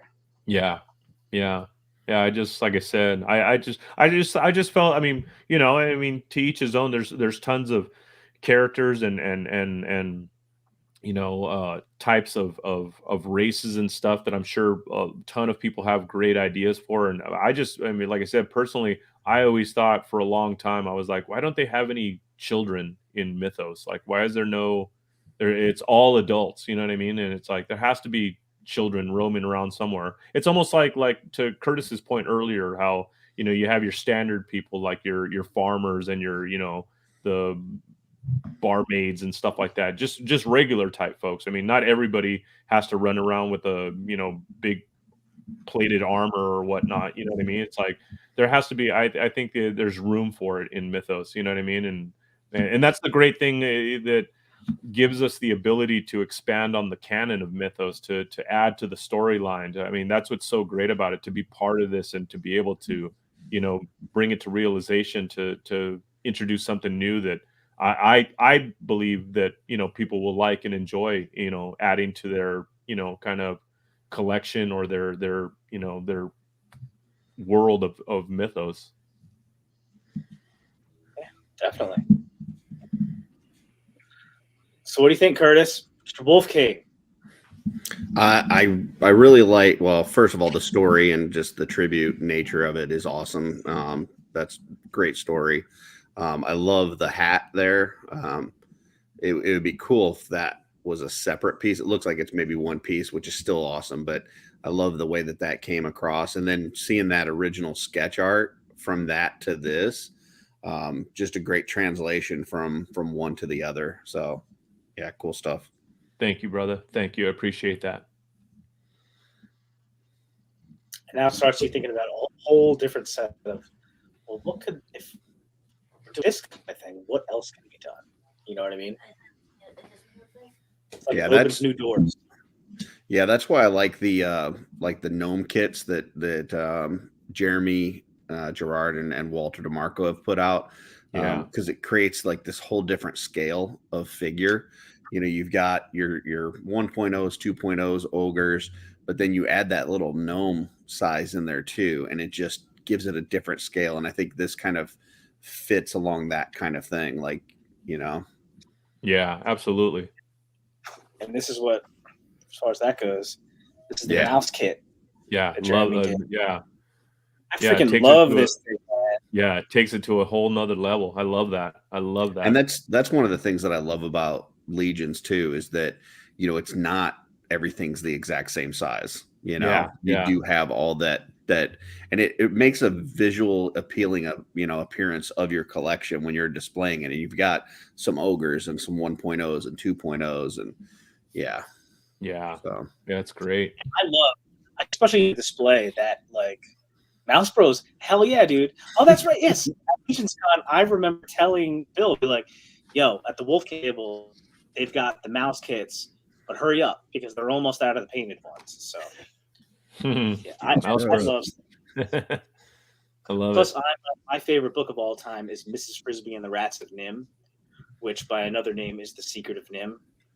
So having like a little mouse knight dude, even though that has nothing to do with knights, a little mouse dude. That's Warduke's sword, by the way. Was super cool to me. So I love all the critters. I love it. It's awesome. Like Jeremy's critter guy, Jesse, the critter guy. So am I. Yeah, absolutely. You know, for me personally too, I mean, alongside of, like I said, being part of the community and the customizing world and having my custom pieces out there in the community and on the cabal and in other collectors' hands that have purchased customs from me, and knowing that, kind of my little small part in the world of this is actually being valued and shared and enjoyed out there. It's like this piece in particular, it's kind of like it's almost my, to me, my personal look at it, it's my like piece of legacy that I'm leaving behind in the toy community. That, like I said, I've loved nothing more than in anything in this world more than action figures. And it's just like to finally add something that's, an actual piece that can be part of an action figure line. I mean, to me, it's like I said, it's beyond comprehension for me to know that, it was like the day that I found out about, having that sword named after me from by Len and Wolf King Customs. I mean, like I said, you have no idea like how great and how amazing that was that day to be surprised by that. And it's just like I said, this is all something that, when I'm gone, that, I know that later on 20, 30 years down the line, like, there might be a collector that has one of those pieces in their collection that was mine. You know what I mean? It's something that I left behind to the world of toy collecting. And like I said, anything in this world can't compare to it. There's nothing. It's such a great feeling. Yeah, definitely. Yeah, I love it, man. All right, so what are we looking forward to in the near future? What's up? Now we're in April. God, the cosmic waves, dude. I can't wait, dude. I can't wait for Cosmic, dude. It's just gonna be so good. It's gonna be so good. And Legions Con, dude. Like I said, I can't tell you how pumped I am for Legions Con this year. It's like I said, every year it just gets more and more amazing, and I can't even imagine the volume that's going to be inside that show. And just like I said, the great times to be had, and I'm meeting more new amazing people, and like I said, being together with you guys in person again, and like I said, it's just beyond. Yeah, Oh, I did same. have a.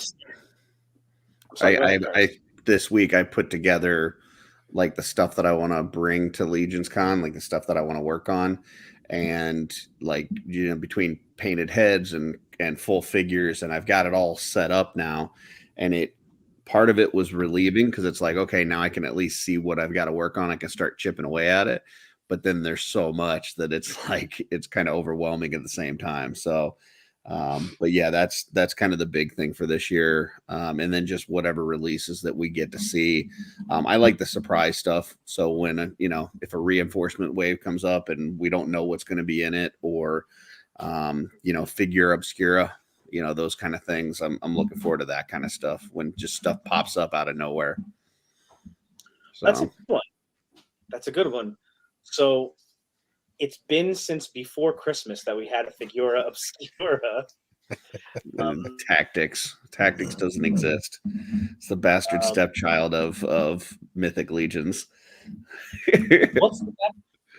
What could possibly be the next Figura Obscura release? Oh, we lost that. Damn it.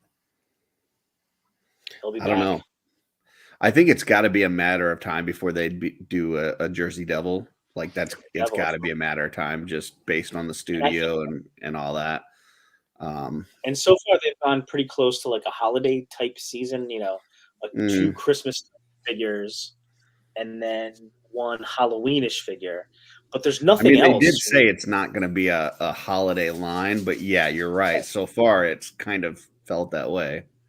But it was. I still think when they do the release, they think about everything.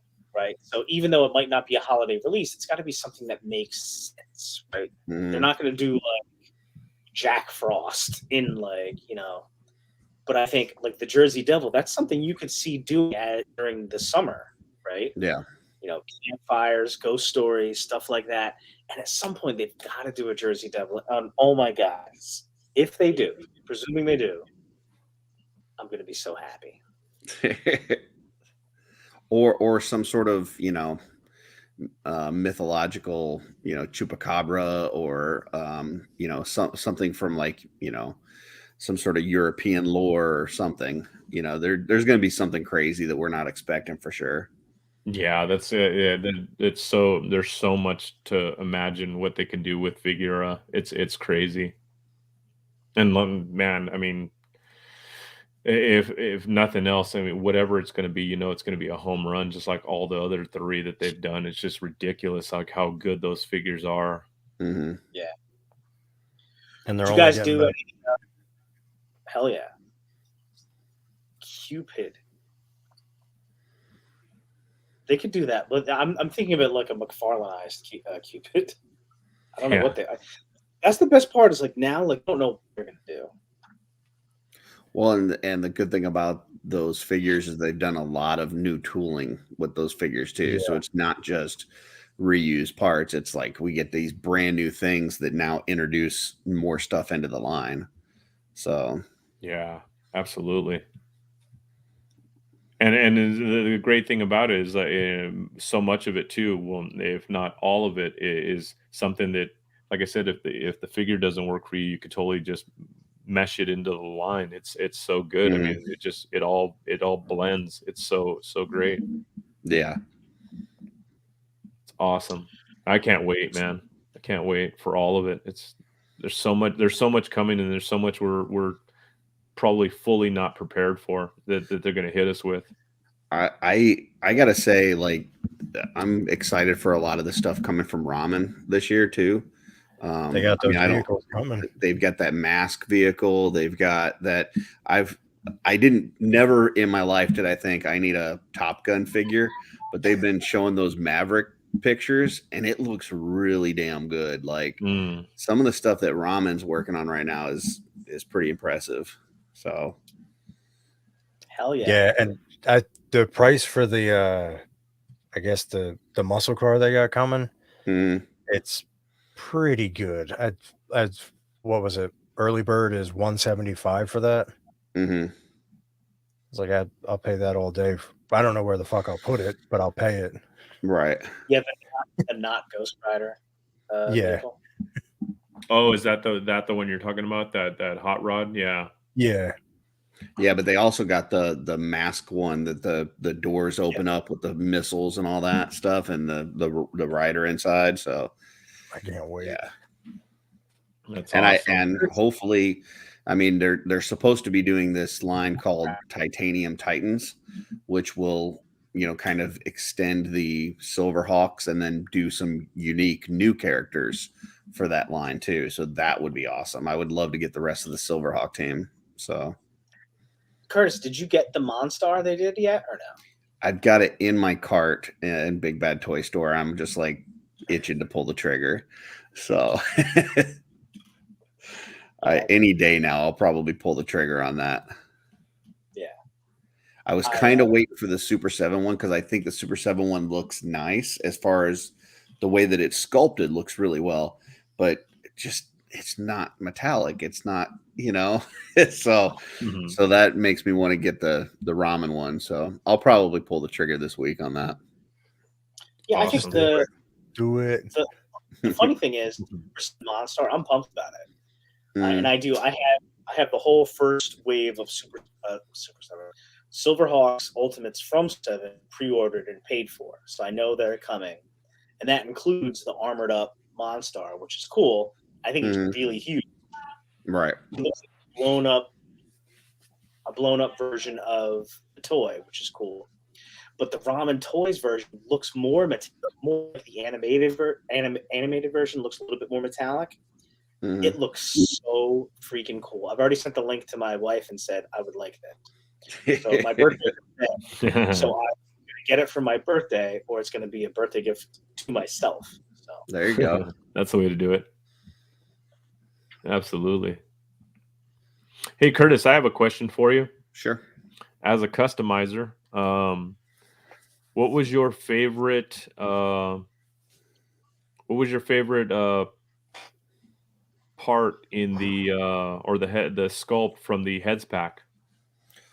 Well, I haven't customized anything with that, but the one that I immediately used was the female head because I saw, I think it was Jeremy put one on a Cassia and it just looked really good. So I used that one right away. Yeah. But I'm trying to figure out something to do with the cat head, which I've seen a lot of people put it on like the unknown one, and that looks really good. So I may do that. It's just, I mean, it's perfection as soon as it goes on. Yeah. And then I definitely want to use the dwarf head. I just got to figure out what kind of character I want to make with that dwarf head. Yeah. So it's nice to have that dwarf head in hand too. That's been a sculpt that's been around for a long time that no one's had available. So it was cool to get that one for sure. I think the one I was least excited for was the bog goblin head. I don't know why. I mean, it's a cool head, but it wasn't. I don't know. It just wasn't in my wheelhouse. I mean, I utilized it, but I mean, like I said, it was one of the ones that I was least. See, I don't have a bog goblin, so what I'll probably do is see if I can find a cheap gonks and then put it on that and use that as my bog goblin. Yeah. But actually, the one that I was most excited about ahead of time was the vampire one, and then once I got it, I was like, I really liked the other ones better. So, yeah, definitely. Yeah. Well, it's awesome. Definitely. The vampire is awesome, but at the same time, like I love it. I'm going to use it. But we probably all have a bunch of vampire heads, including like that have expressions. It's cool though. It's awesome. The whole idea of a heads pack was very cool to me.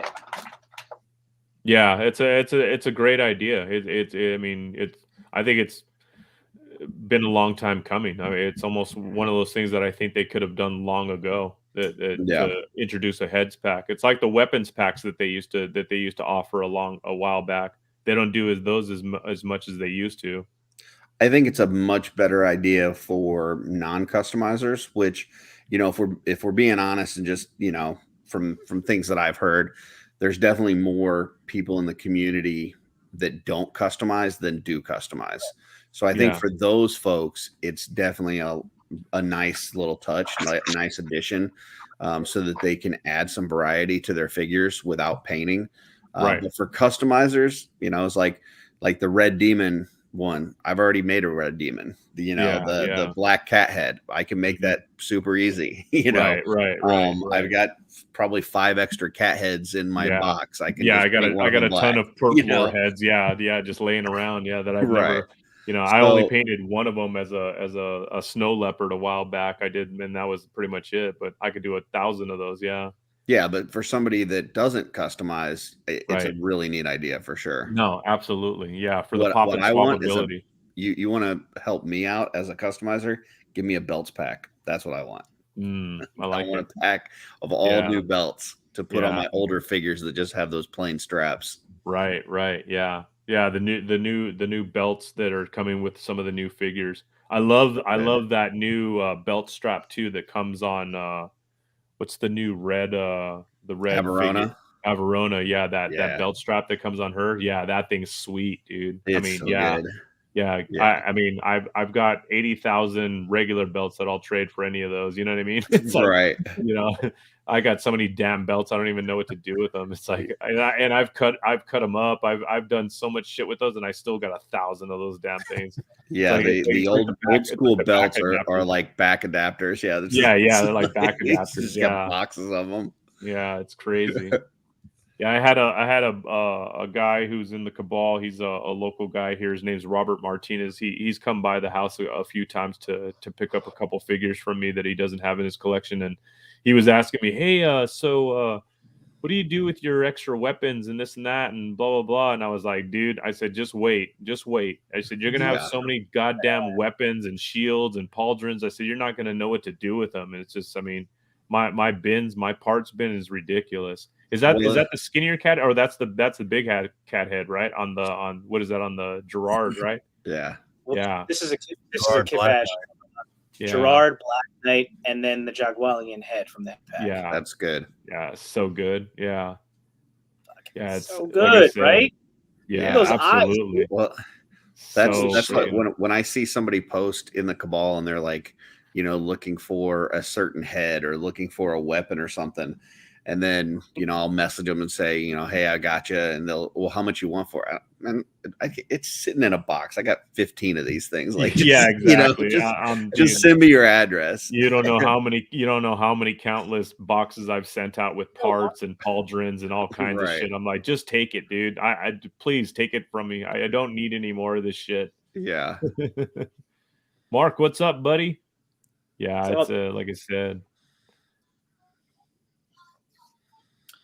Yeah, Mark, I was just going in. DorkLair. He told you to make a tube tunnel for your children. Yeah, exactly. Yeah. And you'll still have some left over.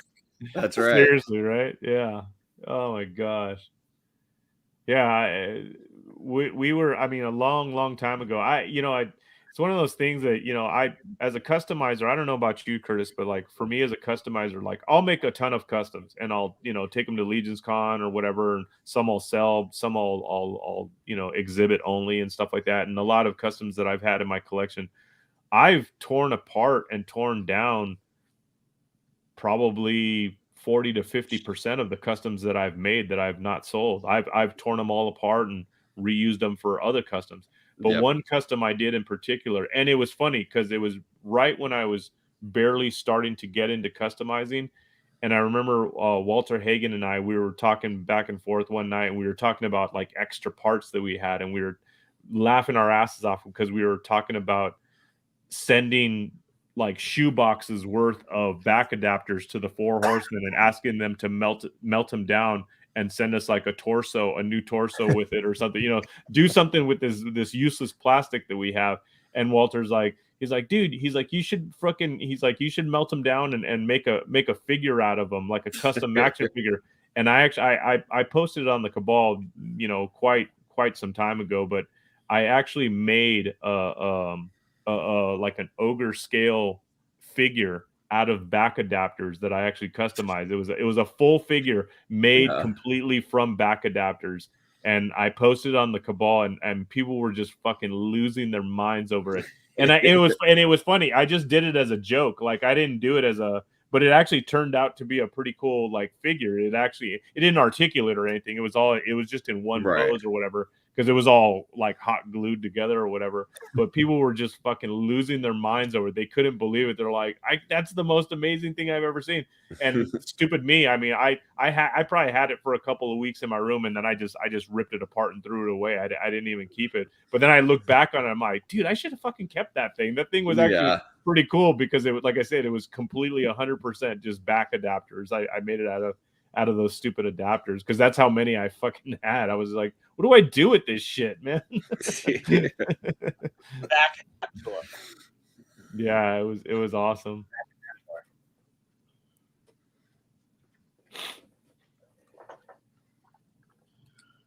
All right, guys. What do you think? I think we had a pretty successful show, man. I think we rock and roll. Yeah, good times. Yeah, I mean, listen, I could take a rest, come back, and go all night long, but we might as well leave these people alone. But Yeah, Tallyhawk. What's that saying that he kept saying? That's some bird. Yeah. I kept laughing. I was like, that's awesome, dude. That's awesome. Silver. Yeah. I appreciate you guys having me on. It was a great time. Oh, absolutely, dude. Great to have you on, dude. Man. Great Come to and have take you on. over. Yeah. Anytime you want, Curtis. Anytime. There you go. Yeah. Say hello to the bad guy. Yeah, to the bad guy. Yep. So yeah, I'm gonna grab something to eat and get back to some customizing, because like Curtis, I've got a work list, a to-do list that, oh my God, you don't want to know anything about. So yeah. So right now I'm working on some new gargoyles. So a whole another series of those, because I know everybody was asking to buy my ones that I had on the table, which I would not sell. So this year we're gonna have some gargoyles at the table for sale. So yeah. Along with 1,000 other customs I gotta fucking finish. So tons of work. So late night will be up doing his thing. So you guys enjoy your the rest of your weekend, and so awesome to hang out. And thanks for everybody for showing up. And I really appreciate the kudos on the new sculpt that like I said, I'm putting together, and appreciate you guys. Cool.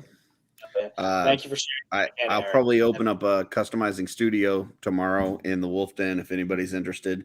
People can hang out, work on projects and stuff. They're usually pretty fun. So if anybody wants to stop by.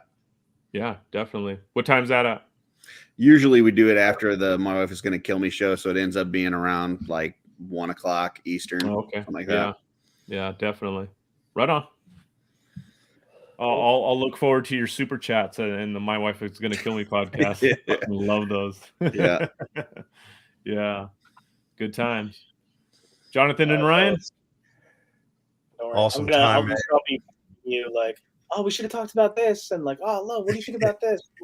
As soon as we sign off here. So yeah, it's all good. Appreciate everybody hanging out. Yeah, it's been fun. Thanks so much, guys.